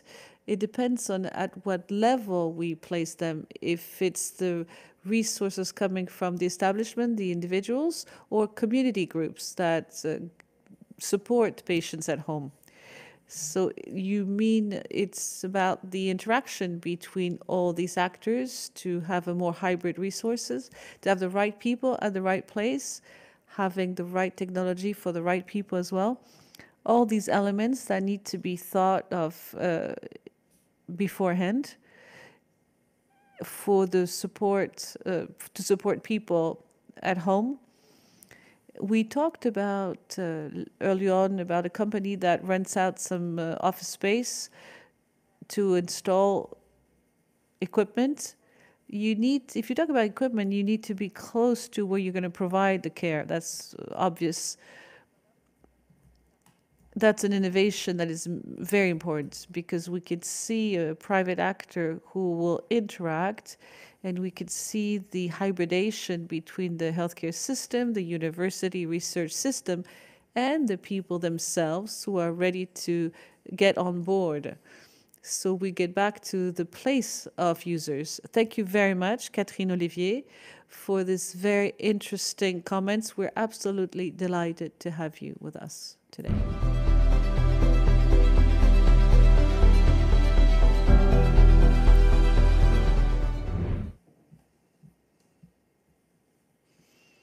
So now I suggest that we start a second roundtable, which will be dedicated to innovation, of course. The title is Innovating with the Organizations, the Associations, and the Social Sector and Medico-Social Sector, while taking into consideration ethics.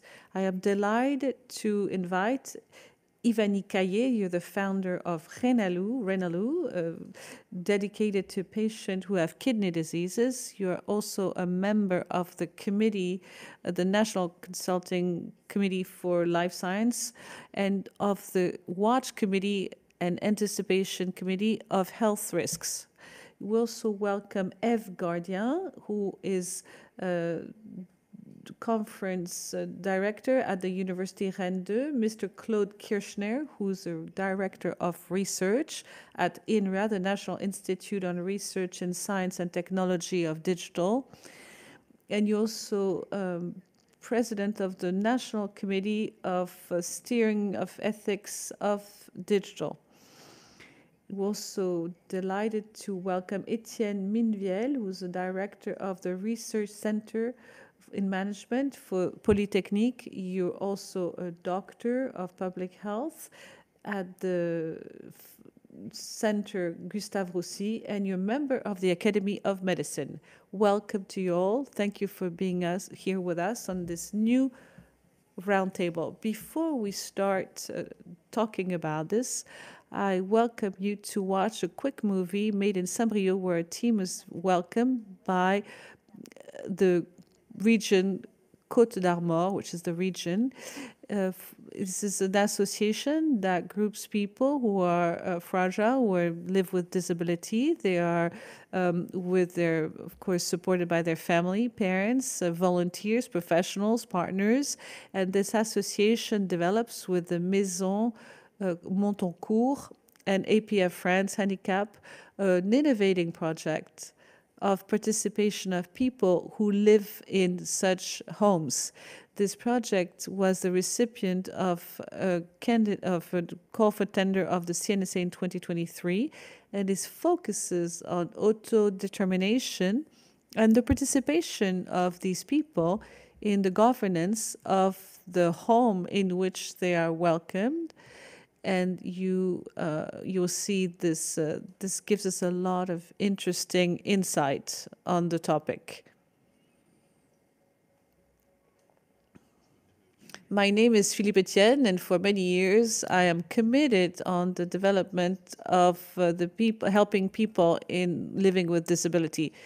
The way we look at people with disability is changing in our association, but also in society as a whole. Today, we see them as people having skills, capacities to express themselves, to make choices, to represent people. Each and all of them can participate in the decision, be an actor of their lives. Today, they are involved in all the decision-making bodies.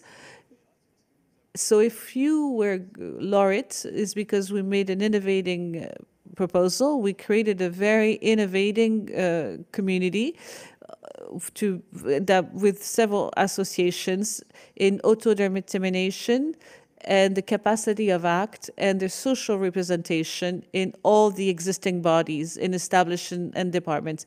I wanted to know, is it possible to be invited?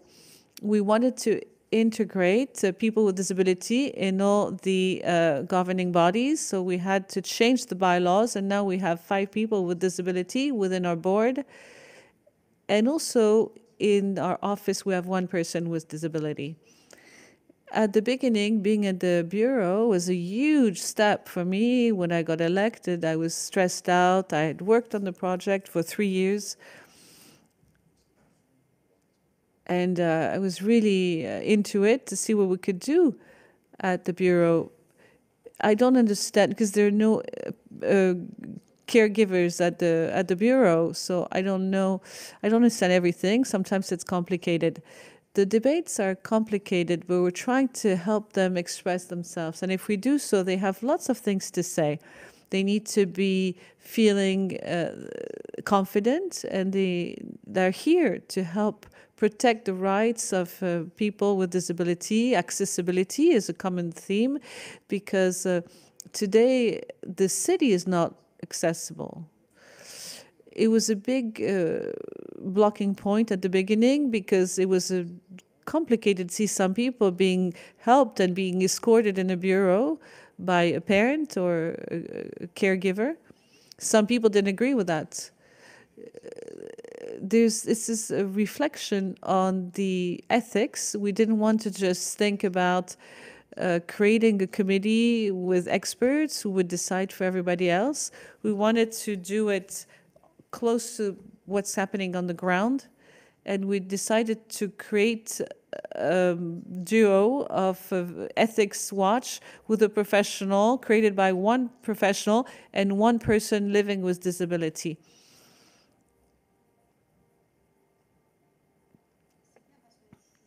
So it's good, because I'm a member of the steering committee of the association. So people ask me for my opinion a lot. I also ask people, because I like to know what other people think. We're here to create something easy to understand and read. We have to come up with short sentences so it's easy to use. They realize that their voices matter, their ideas matter, and it's important as any human being to be recognized. Since I am at the CVS, I can speak better, and I'm happier to go talk to others. I was shy at the beginning. Now I'm no longer shy, and I like to be talking to others and to go up to others. It is very enriching what we have.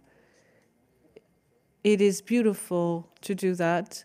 It makes me more autonomous, and it makes me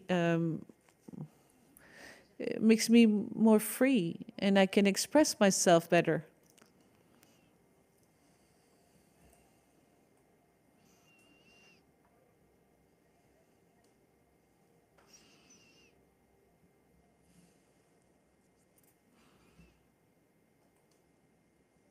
So this is about, this is a beautiful video, very moving. Mr. Estienne mentioned the idea of ethics in this video, which is a key topic. I would like to dig deeper into that topic with you, Claude Kirchner. Maybe you can remind us what we mean by ethics when we talk about digital in a healthcare system. Thank you for the invitation. It's a pleasure to be with you. Ethics, in general, is about thinking, is a way of thinking on human behaviors and the values that found them to be able to make decisions at the individual or collective level or institutional level even. So this thinking process is fundamental, and it needs to be based on the understanding what we're thinking about, to think about bioethics, of course, or in the framework of biology of medicine, or to think about digital or the environment. And that's how ethics is universal and can apply to any field. Would you say that it's a privilege for the organizations and that they should take hold of it? Yes, it's a great opportunity because we are in a situation where these various elements help us to explain the principles on which we're going to base our thinking. So those principles, we're going to have to explain them, and it's part of an approach that for a company or for any entity, including a family, a group of people, a group of friends, allows you to understand what matters to this group. What principles are we going to base ourselves on to have these reflections? Then it's also about the capacity for an organization to explain some arguments of competitiveness. Why am I bringing something that is going to allow me to compare myself, to understand based on what others are doing, if I'm bringing something to the table?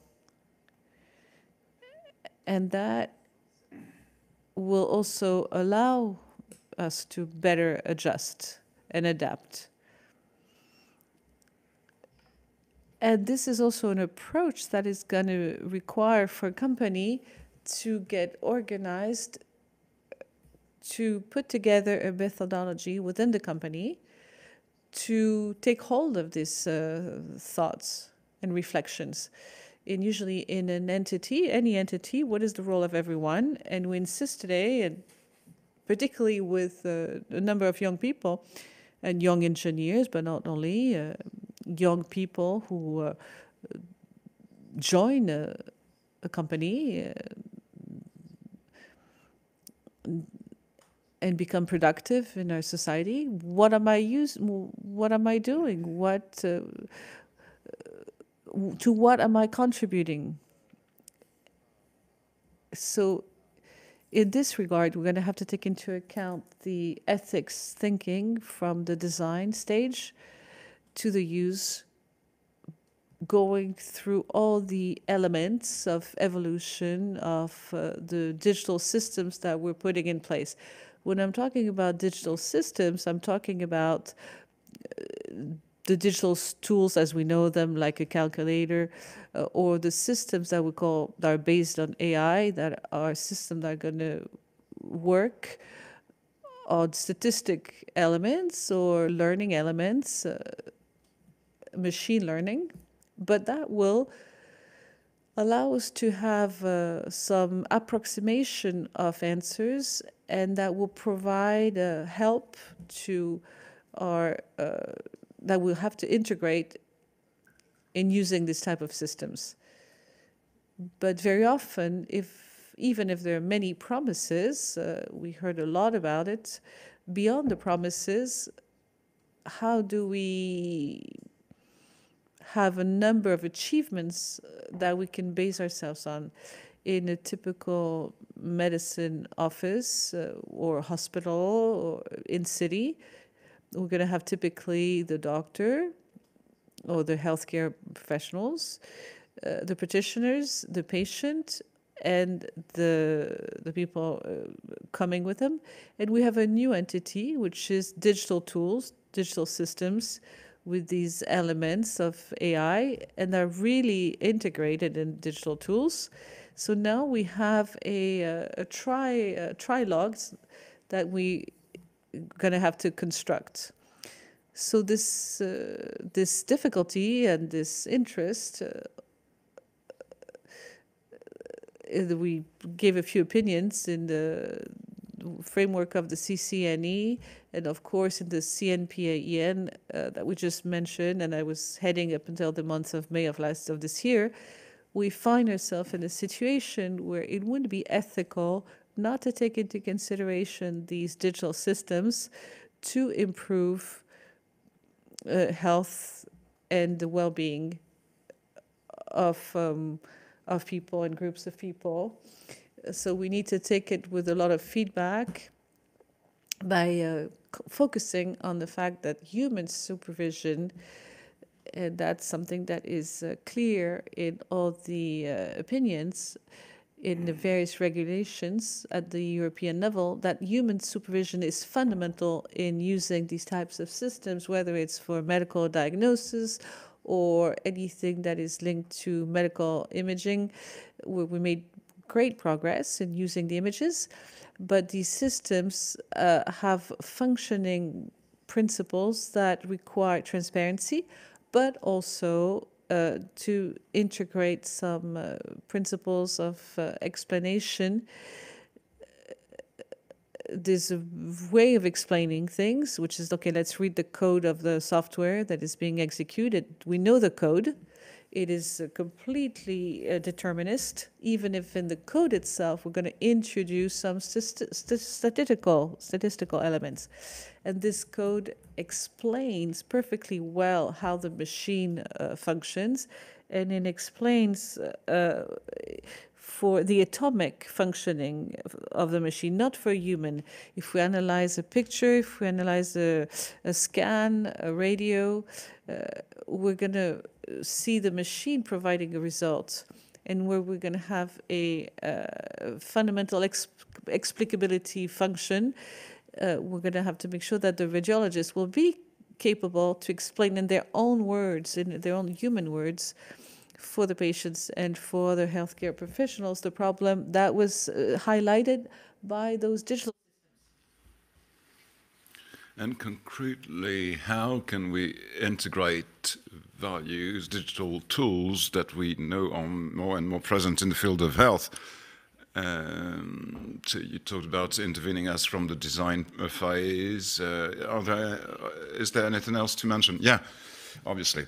The idea is to give you a taste of, with a number of examples. A first example is to make sure that language that is used is sufficiently clear in relation to the different entities that will have to manage those systems or use them. For example, we often say that data is anonymized, and it's important that because in the framework of European regulation, private and personal data has got to be respected. Can we certify that a piece of data is anonymous today? No.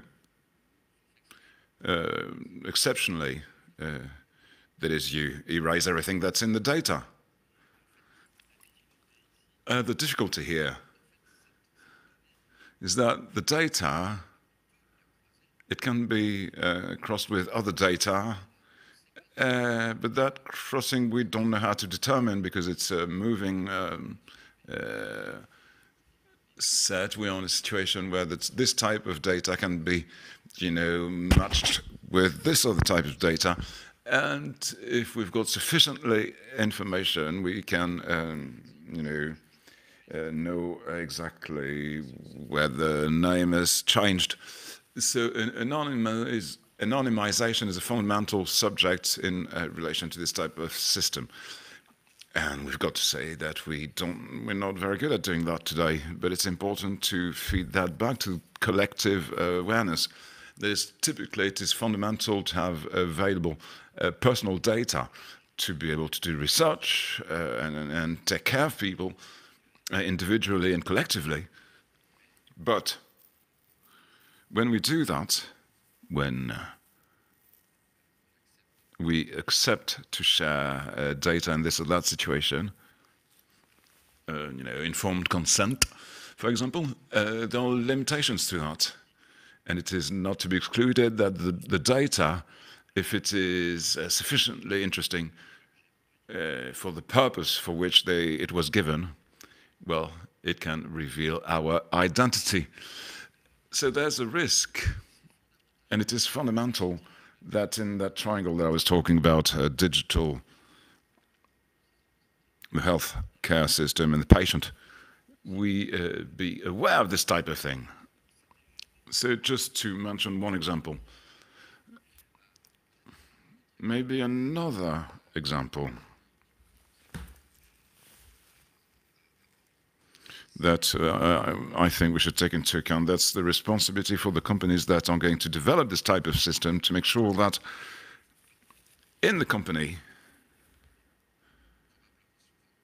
and also with the external parties, there's ethical thinking that is developed, and that the notion of ethics committee, as we know here in France with the CCN and other committees, that those ethics committee, we should find them at the level of companies, so that companies, their users, but also their employees can use that internal thinking. So it's a combination of technical elements and and organizational thinking. And that's the responsibility of companies, be it a startup company with 2 people or 15, or an SME with 500, or a big company with 20,000. It is important that we know how to get organized this way, so that those elements of thinking about human behaviors and the values associated with them can be considered, combining what is happening with digital, including AI, and applications, health applications especially. Thank you, Claude Kirchner, for these explanations. We will find you again at the time of the question and answer session. Eve Gardien, I turn to you. Public Action is now deploying peer support as a social innovation throughout France under the force of this political impetus and the recognition that goes with it. Peer support has become widespread. It became a vague catch-all term. Could you tell us what it actually means, and how can it be a vector for innovation? Yes, thank you. Well, peer support has been being deployed since the years 2010 with public policies in the social, medical, social and health sectors. It's about soliciting a new type of players, stakeholders, the peers, because they have got an experimental know-how. Who are they? Well, they are people who experience disabilities, chronic illnesses, with mental health problems, people who have addictions, people who have experienced precariousness, poverty. So the statement behind that is the idea that behind those experiences, people, and thanks to those experiences, those people have developed knowledge, because they underwent those experiences, knowledge that can be useful to recover, to gain welfare.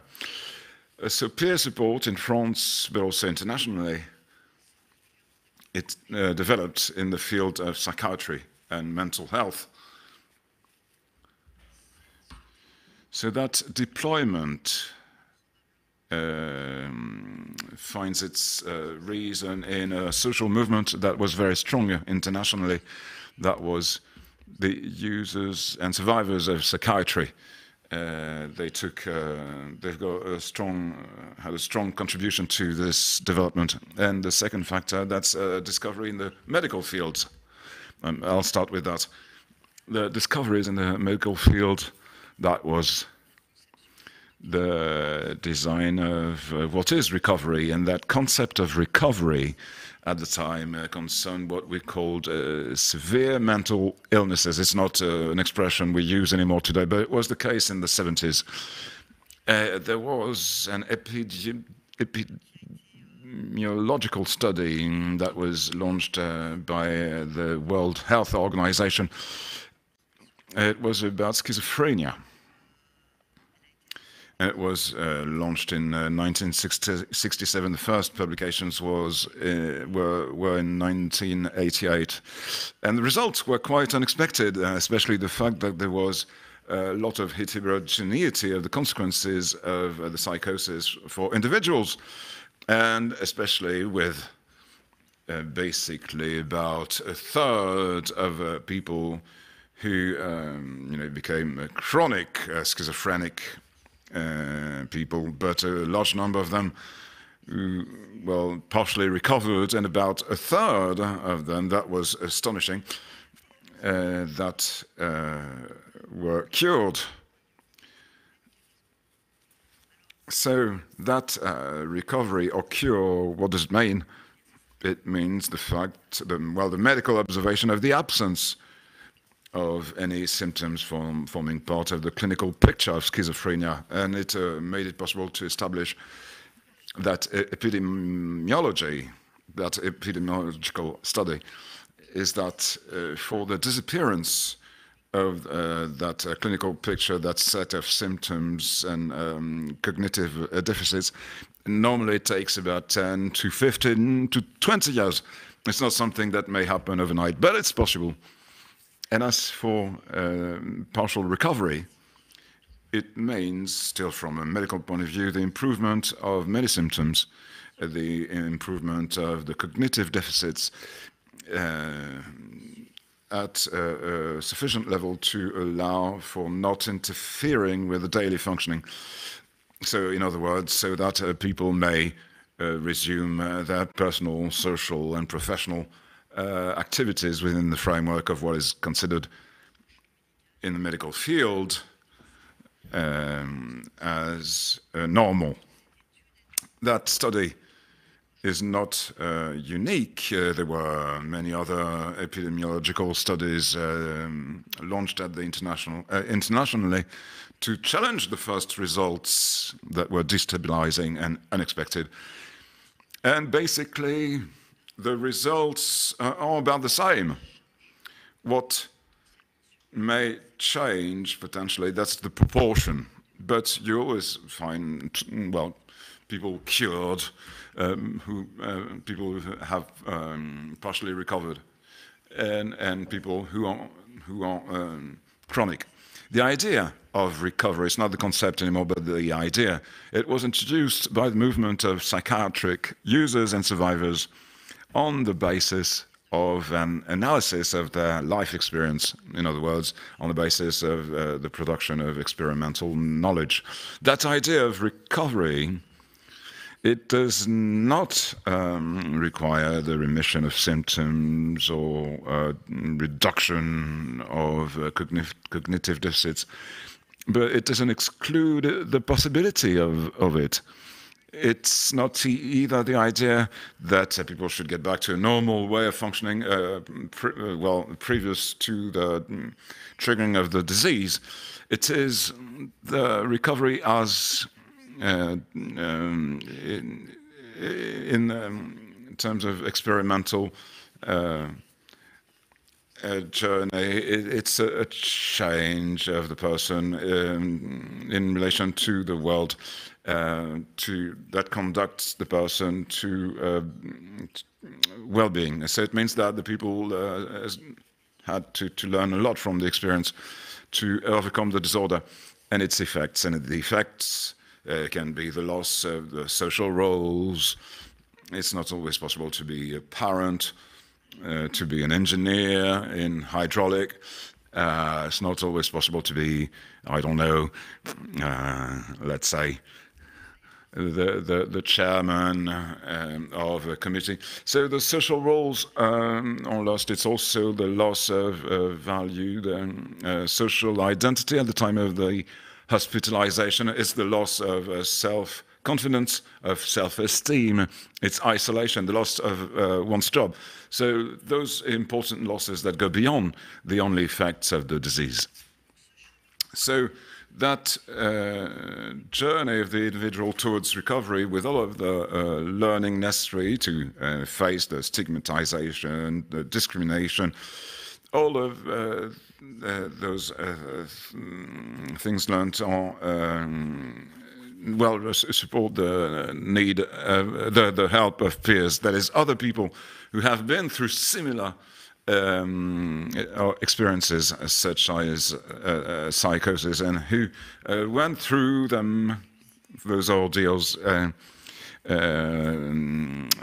having managed to start a rethinking process to finally find benchmarks in that experience, even though it could be destabilizing.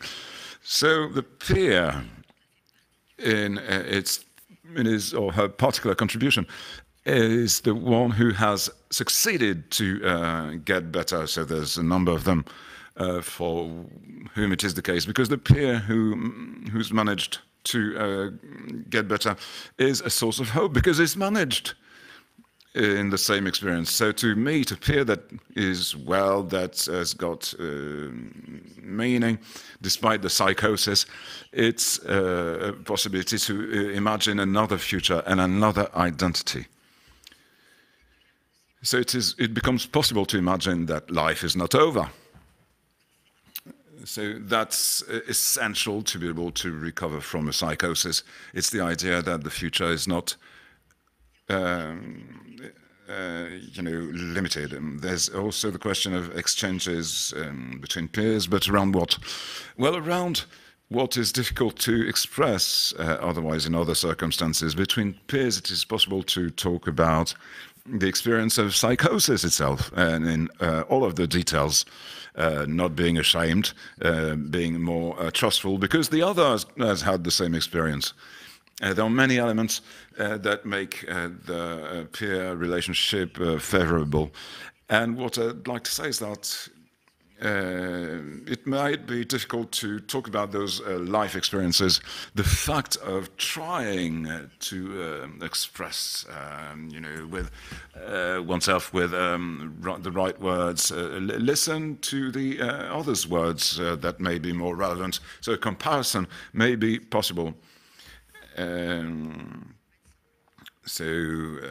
that to answer questions, ask questions oneself, compare one situation with the other, to try and apply ideas that came up in the exchange, or rework on memories that appeared thanks to the stimulation of those exchanges. Well, all of that are as many ways to cementize a rare experience. What I mean to say is that words are not there.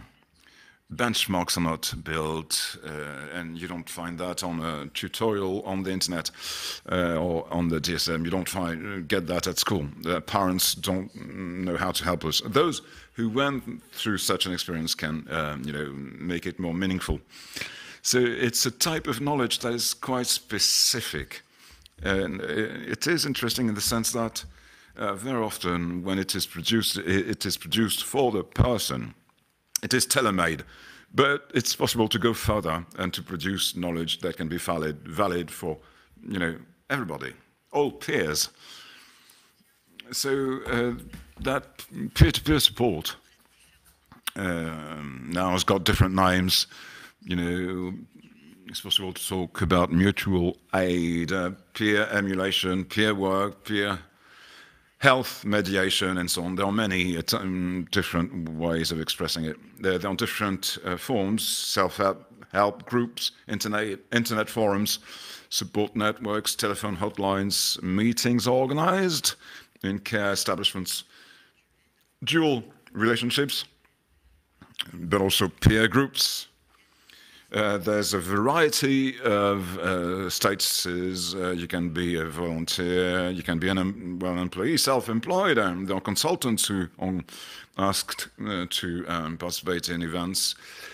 There are people who also work as a temporary worker, but in practice, the most common, it's peer support that is spontaneous and not formal, without being institutionalized. So to go maybe a bit further with regard to how peer support could be a source of social innovation, and I'm going to give you an example. Yeah, meetings between voice heroes. It's a social movement that emerged at the end of the 80s. It is at the origin of the creation of several techniques to manage a voice. And as a matter of fact, let's imagine that in your life experience, suddenly people, things, animals appear that you don't know for sure that they exist for the others.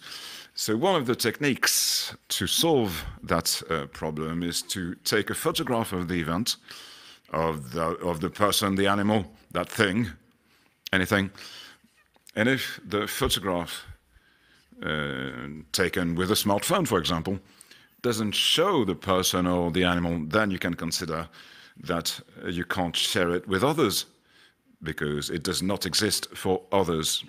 So it means you can neglect it and ignore it and focus on the life that you share with people. So it's a way to manage an experience that is not ordinary. Thank you very much, Evgardien. The peer help needed to be explained, and I thank you for having explained that with all these details that were very rich. Madame Ivani Caillé, I turn to you now. You're the founder of the association Renalou, and within Renalou that you've founded, you've created the platform Me Patient, a participative and citizen platform to encourage research for kidney diseases and chronic diseases in general. Can you tell us a few words about it and how an innovation in this digital world that has many, how does it stand out? Well, to begin, maybe a few words on Renalou, because the story behind the Renalou is important. To understand Moi Patient, Me Patient, it was born on the internet. It was a blog at the beginning, a blog of patients, my own blog, that had no ambition at the beginning to become a patients association. And around this blog in 2002, a community of people was created. And the community of help started, where some testimonials and patient journey were told, and there was an awareness of the patients in all these journeys. That's where the wish came up to create a patients association, and so there would be an approach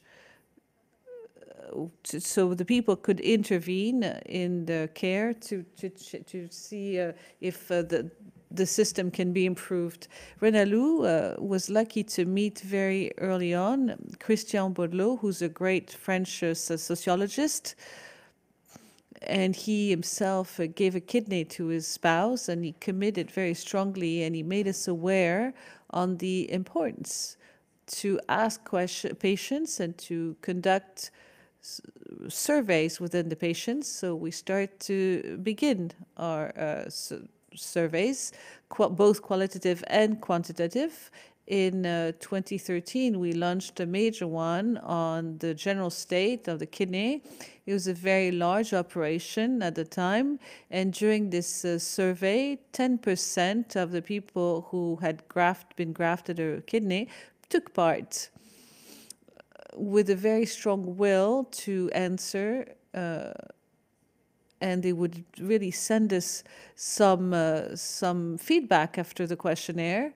this survey played a major role in the emergence of Me Patients. So now we're in 2013, and this is the time where we could see appearing a lot of startups around the patient's experience and the patient's journey. So that we could see that there's some initiatives that are extremely promising and interesting. I'm thinking about Patients Like Me in the US.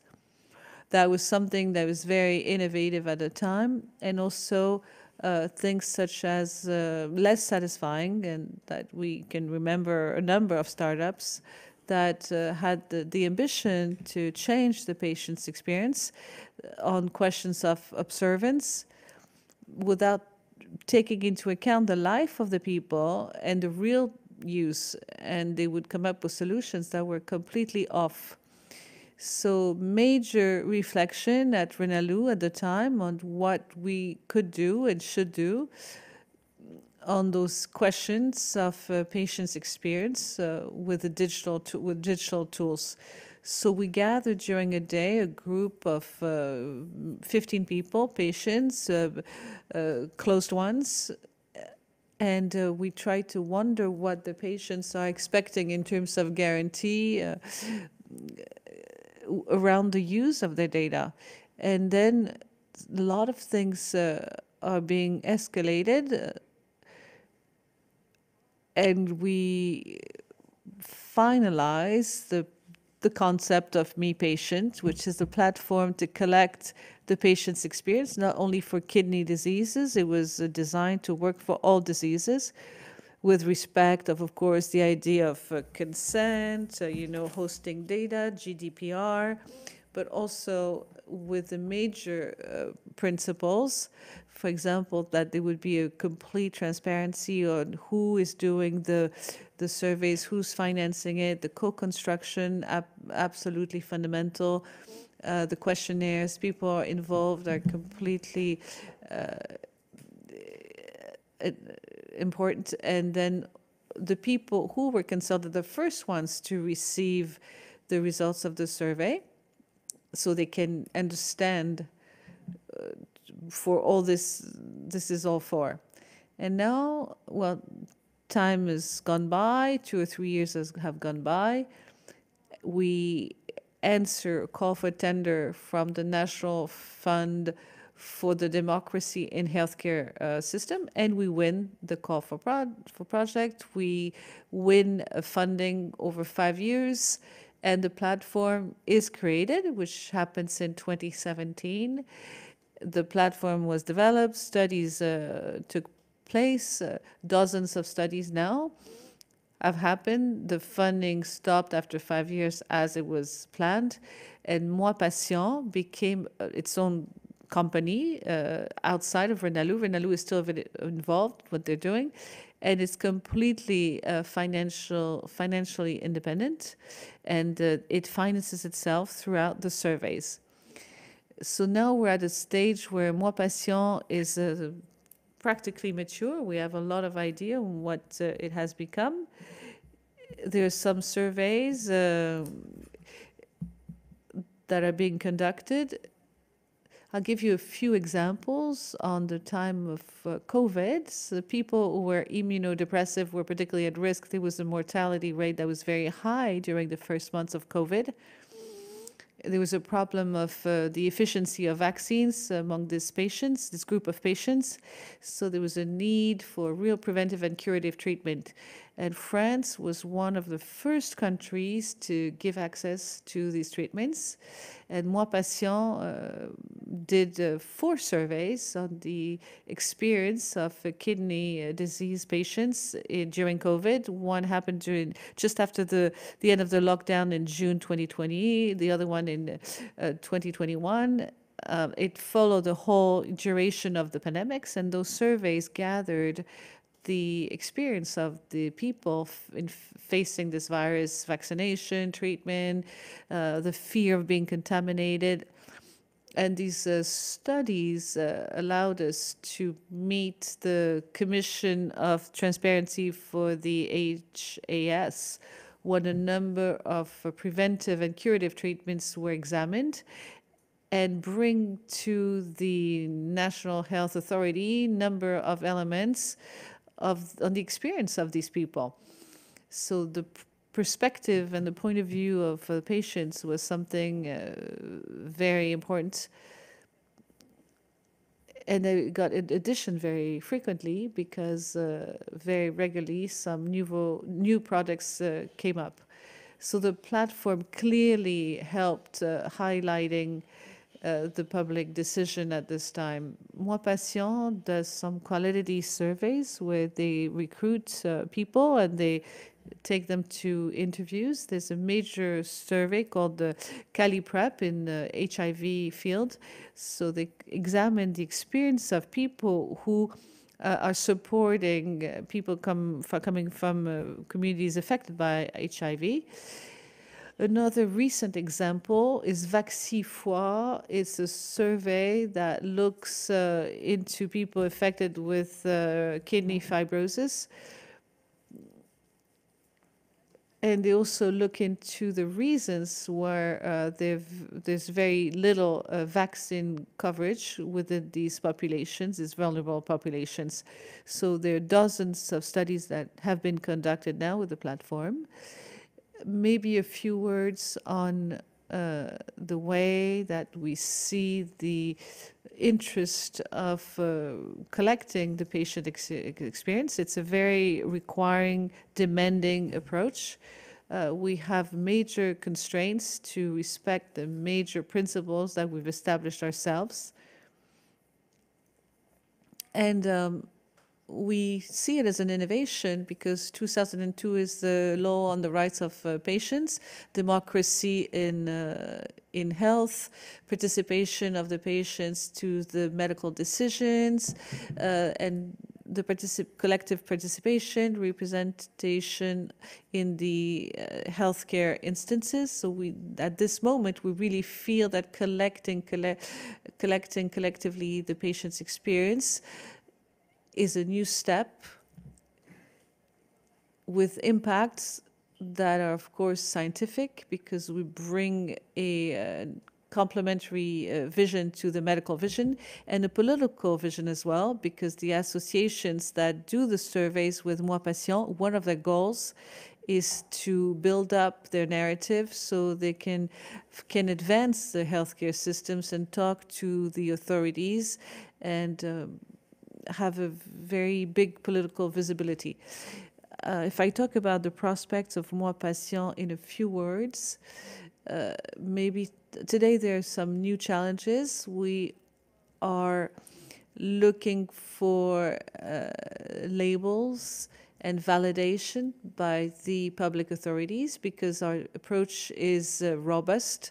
There's some major challenges in terms of prompts for the improvement of clinical practice. So this is a wish that the platform can be used to improve the professional practices. And the last challenge that is important, we have thousands of patients now who participate in the platform. I believe that something very important should be done in terms of creating cohorts of patients, so we could follow on some disease based on other criteria, so we could follow them over time. And why not creating a warehouse of data of the experience of patients? That could be something very innovative and very major. And that could probably be then transferred to other warehouse, combined with other warehouse, and that would be very useful. So thank you and congratulations on all what you're doing.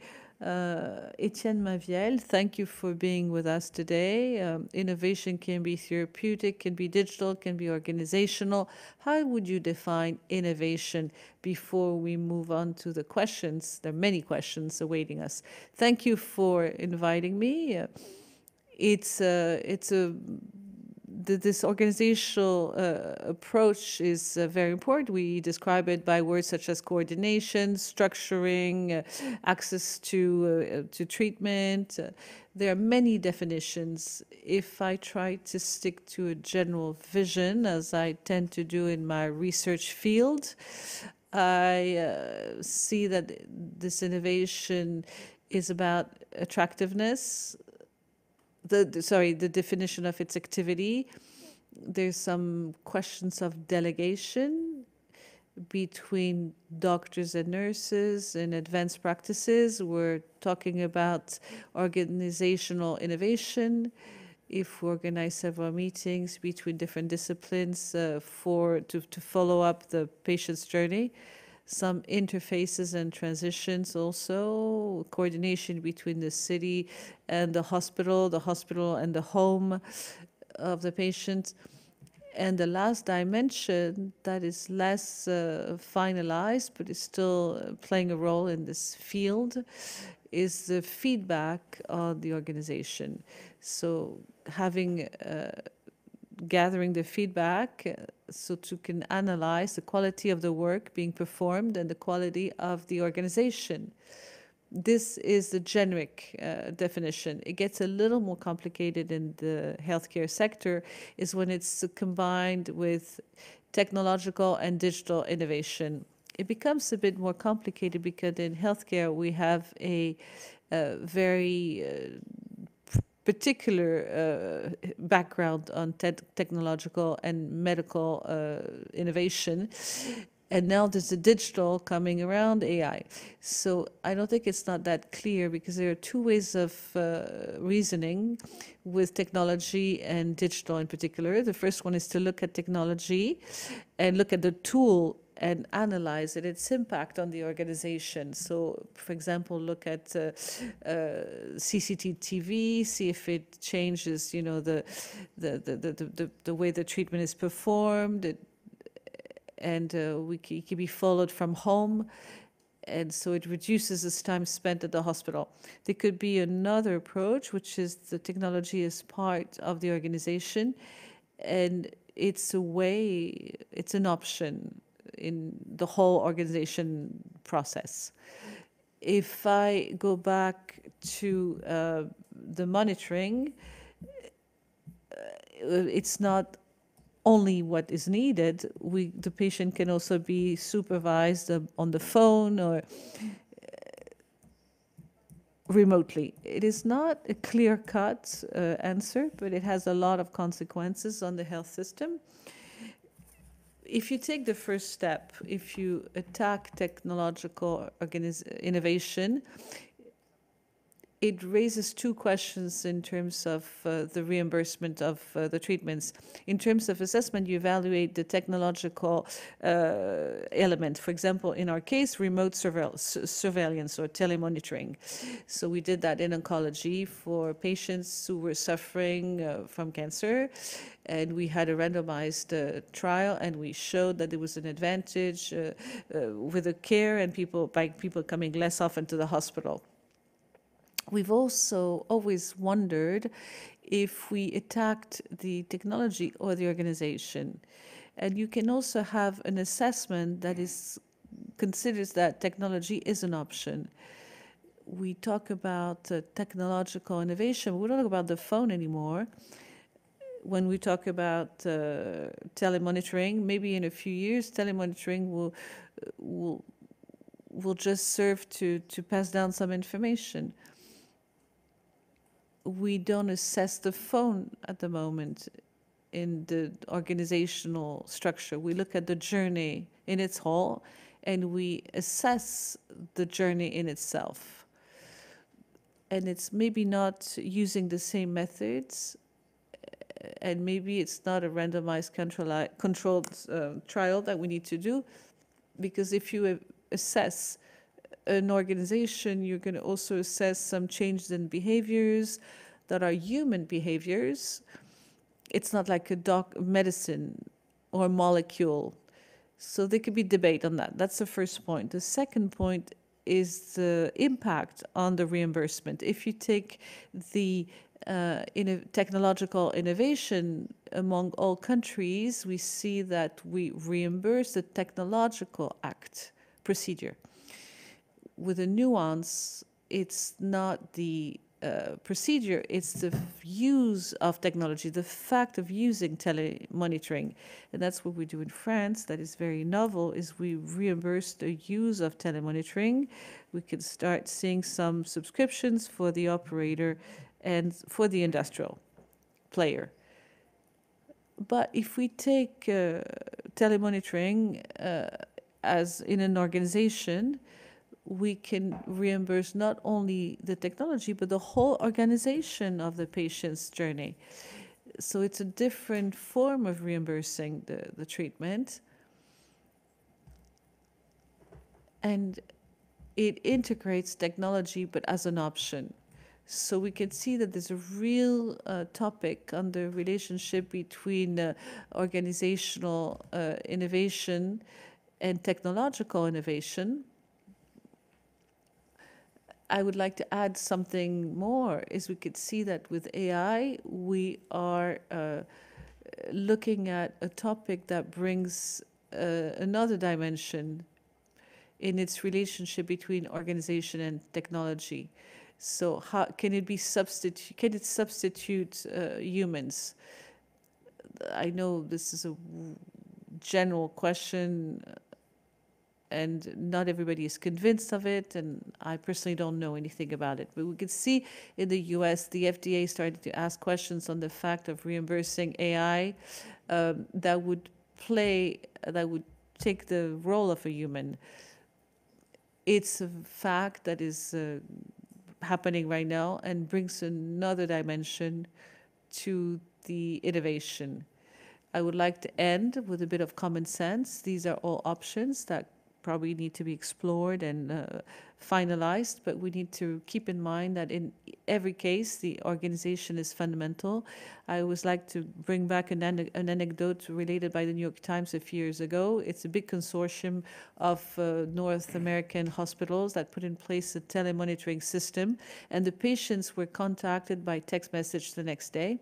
The first text message received by the patient would say, how are you doing? Are you doing well? Classical question. The question would answer yes. And then the second system was started a few hours later and would ask the same question. The patient would ask again, and the third alert. And the patient asked yes the third time, but he was starting to worry because he thought, if they ask me the same question 3 times, maybe there's something wrong. But it was a matter of organization. The 3 systems of text message were dealt with in a big organization that did not connect with each other, so they didn't know that the other one was doing it. So it was more a question of organization. Thank you very much.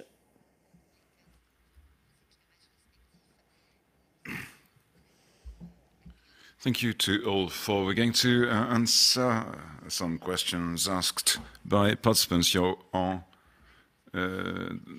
many of you, there are many questions. We will not be able to answer them all, but let's start with you, Evening Caillet. So why do institutions not use partner patients? Some have understood the interest of that, but it's minority. Well, I think that the emergence of the voice of patients is a slow phenomenon, but that is moving forward. It's taking time, but it's moving forward. Democracy in health, in general, it's been 22 years that the law was enacted, so things are slow. The sharing of power between the physician and the patient is still, well, it's rather limited, and there's still some reluctance to it. As for the expert or partner patients. Okay, thank you. Claude Kirchner, I'm turning to you. 2 questions. Can ethics be an obstacle to the improvement of the technical improvement? Well, it's a myth.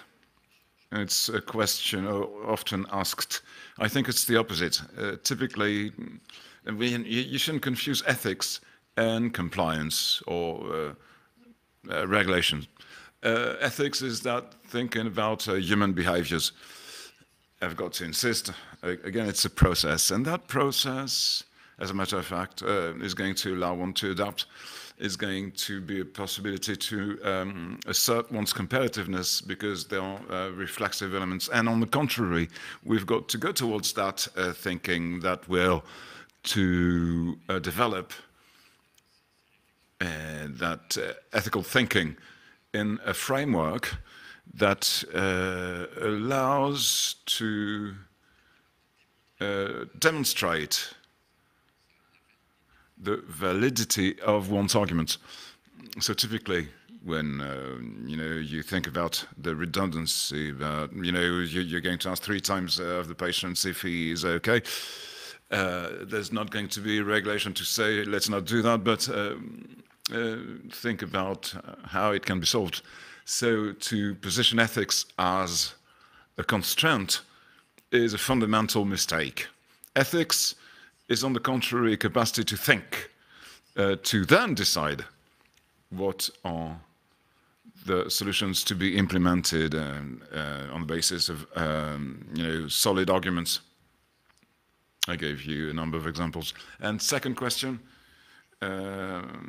players that can be, support ethics, have they been identified? Good question.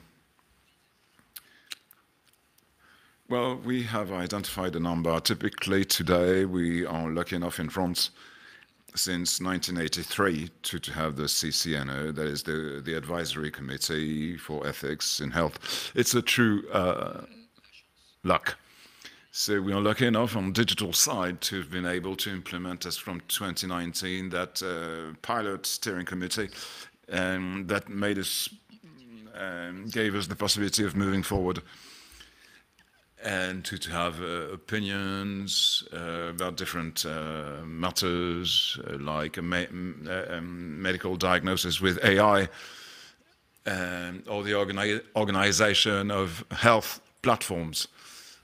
So that all of that requires that ethical thinking, and so we know how to identify this type of entity. Where we've got to continue is that there's that national thinking, there's regional thinking in France, there's thinking at the level of the different hospitals, but also within universities with the research and ethics committees. So all of those elements, today we're very much oriented towards ethics as such. As for the last 10 years, especially the last 5 years, we now manage to continue, with bioethics in the different entities, especially in France, but more and more internationally, also with initiatives like the National Ethics Council. It means every 6 months we think about this type of things at the European level. So that exists, and it is being hybridated with the environmental ethics. We talked about the environmental impact of our human activities. So today, we can do it on the basis of bioethical aspects in digital. It is developing, but not yet sufficiently in companies and institutions. Even though, at the ministry, it is starting to emerge. So yeah, we've got to go towards, well, not one digital body that would specify ethical thinking at the national level, but on the contrary, to have a multitude with companies, different entities of people thinking about it, enriched by the base, but also enriched by that thinking at the corporate level. For a company manager, it's important to understand what is the meaning of one's company and the meaning of the work done by the employees. So to know us from the base at a national level and at a European level and maybe international level, world level, it's about making sure that we can structure and enrich the thinking in a major way. There's still a lot to be done. There are very convincing examples today, but generalization requires a true will, especially from companies. Thank you. Etienne Manviel, I'm turning to you. Question for you in the chat. Could you tell us about innovations in relation with self-employed people?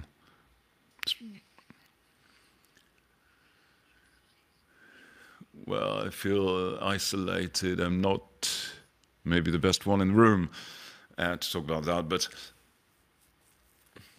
I'd rather stay silent. Okay, I've got a second for you. So how can organizational innovations that you talked about can release energy and the desire to work together? Maybe it's the answer to the HR issues that one encounters. Innovation has got a seductive aspect that is as such to be discussed, because innovation to do what? Like Franck Roger would say. But it's true, there's a trend today to adopt an innovative posture, and entrepreneurship has got an effect on that. Does that release energy? Well, yeah, maybe collective momentum. Struck by the fact that there's a lot of will to innovate organizationally everywhere in France, wherever you go, be it in Béarn, in Brest, Paris. There are people who are ready to create innovation. That's a fantastic momentum that we should use. And it may be a way to underline something else without being too long, is the way that, well,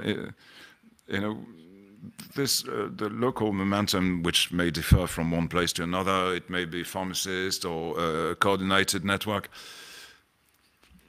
but we've got to use that and not be too rigid in relation to a homogeneous vision. Everybody understands that. And that raises a question for the public. It's the support to local initiatives. We are clear enough about the fact that that downstream approaches with the will of having everything homogeneous everywhere. Let's say it's got to be the physician or the pharmacist. It doesn't work. So we should let that heterogeneity, but the idea is to support it. So to help with its deployment from a financial point of view, from an administrative point of view. So all of those ideas of going towards, that's fundamental. Thank you.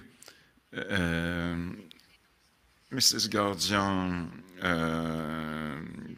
peer help is a way of innovation, but as a sociologist, have you seen other initiatives that have reached the same maturity?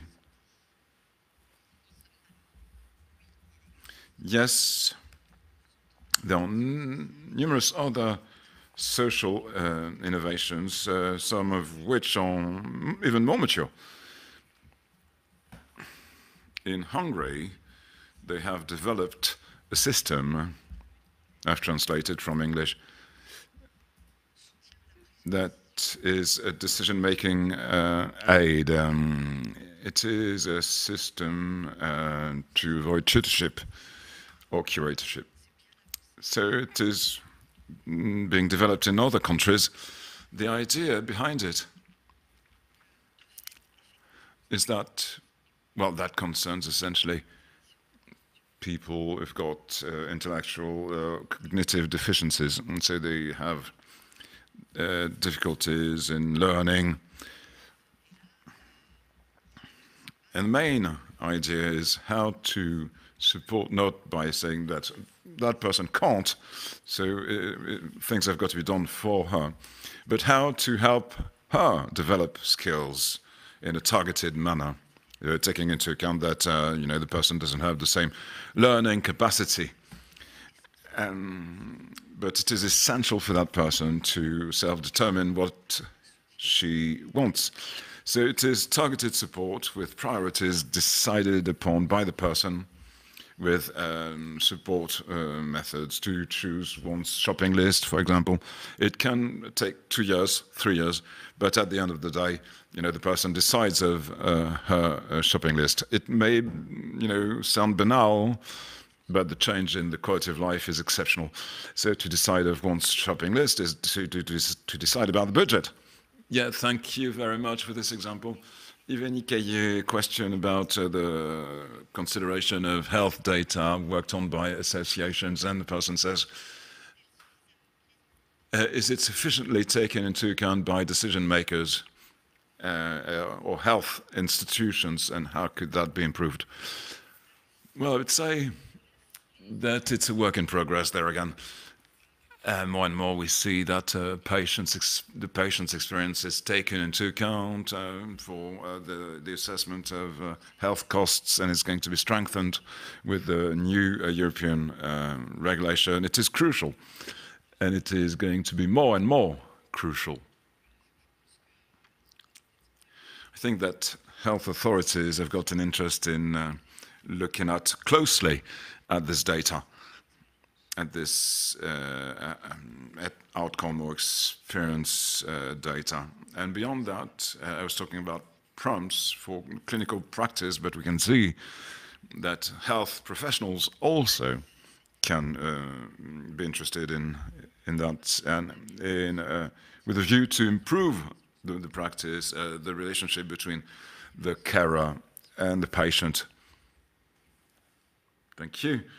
Claude Kirchner, question for you. How can we know that a digital solution or AI was built in the respect of human guarantee? I've got a suggestion. Should there be a Nutri-Score of digital? That would be an innovation.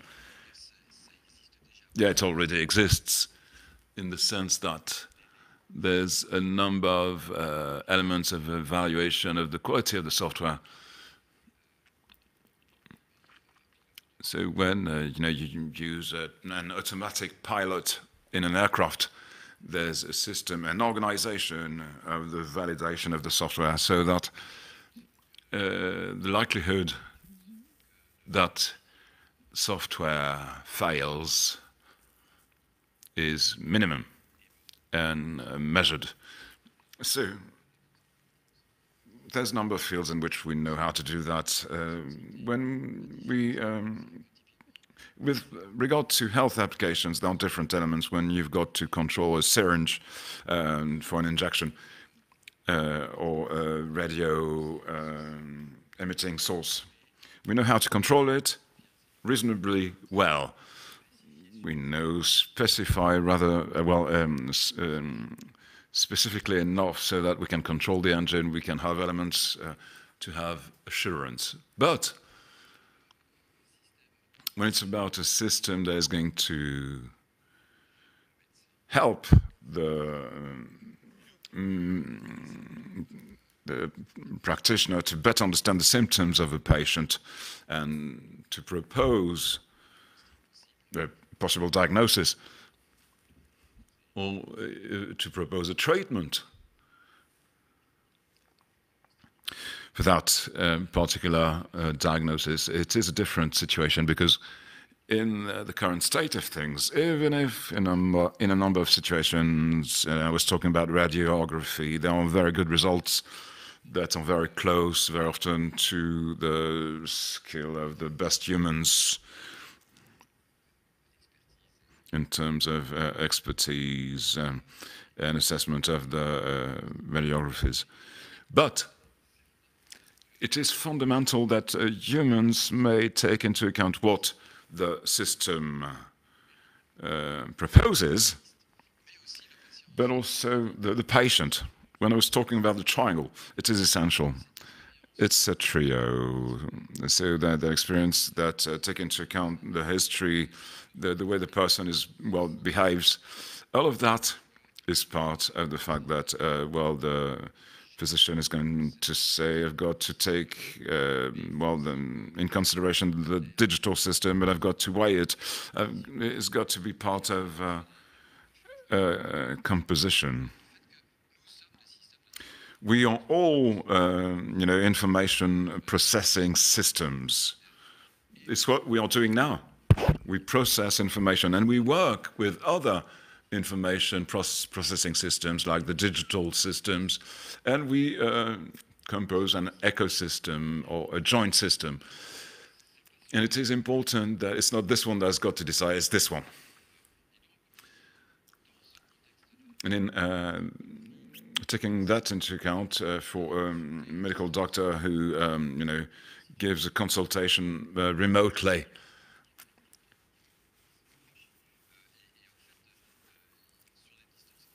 it can be, a situation where the specialist is 2,000 kilometers away. It's more difficult in France instead of taking into account the overseas territories. But how do you make sure that the digital system be an aid, and that it is the physician that makes the decision at the end of the day, being in a situation of supervision and not a situation of dependency. And it is an important breakthrough to have, a system that is going to say, oh yeah, you've got a sore throat, you've got some fever, maybe you've got this or that. Probably go and consult a medical doctor. This is this is the conclusion that should be drawn by the digital tool, and that's the and patients get information today. Renelou is a great experience and a demonstration of what it can bring, that patients own such digital tools, but one shouldn't forget that we've got medical skills, and we've got to stay the supervisors. Very well. Thank you very much. Thank you to our 4 panelists. We are coming at the end of this second roundtable. Thank you to the 4 of you for these hopes, these explanations. Thank you to the audience for the many questions that were sent in the chat box. Thank you for the technical teams and the translators, interpreters who translated for the non-French speaking people who attended the conference.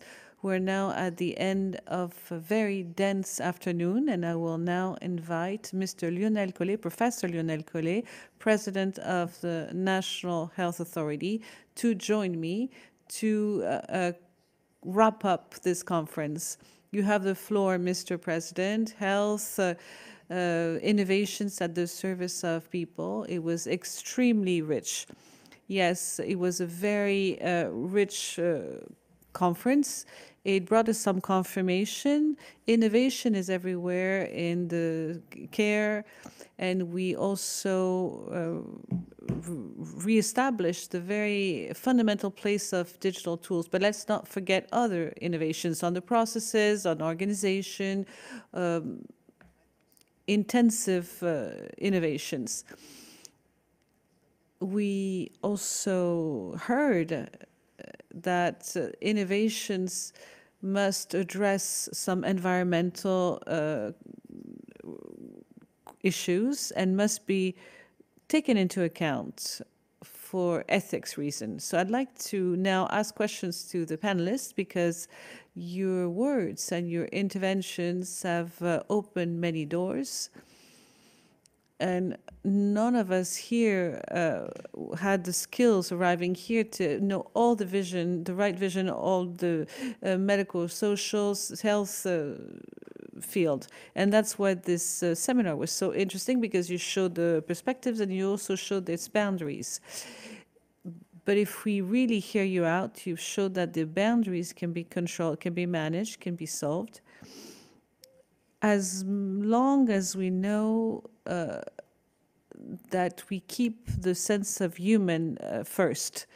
I remind you that there were 1,500 people logged in at some point or another, and I would like to thank them. And they came from 35 different countries: Africa, North Africa, Sub-Saharan Africa, North and Southern America, and from Asia as well. And we managed all together to contribute to placing the science in the middle of the village, as everybody knows. And before concluding, I would like to thank the whole team of HAS. They carried this, the organization of this day, of the seminar. It's as if we were on TV, really. So you can watch this conference again in replay as soon as next week. Have a lovely day for those of you who were in daytime, and have a lovely evening for others. Thank you very much.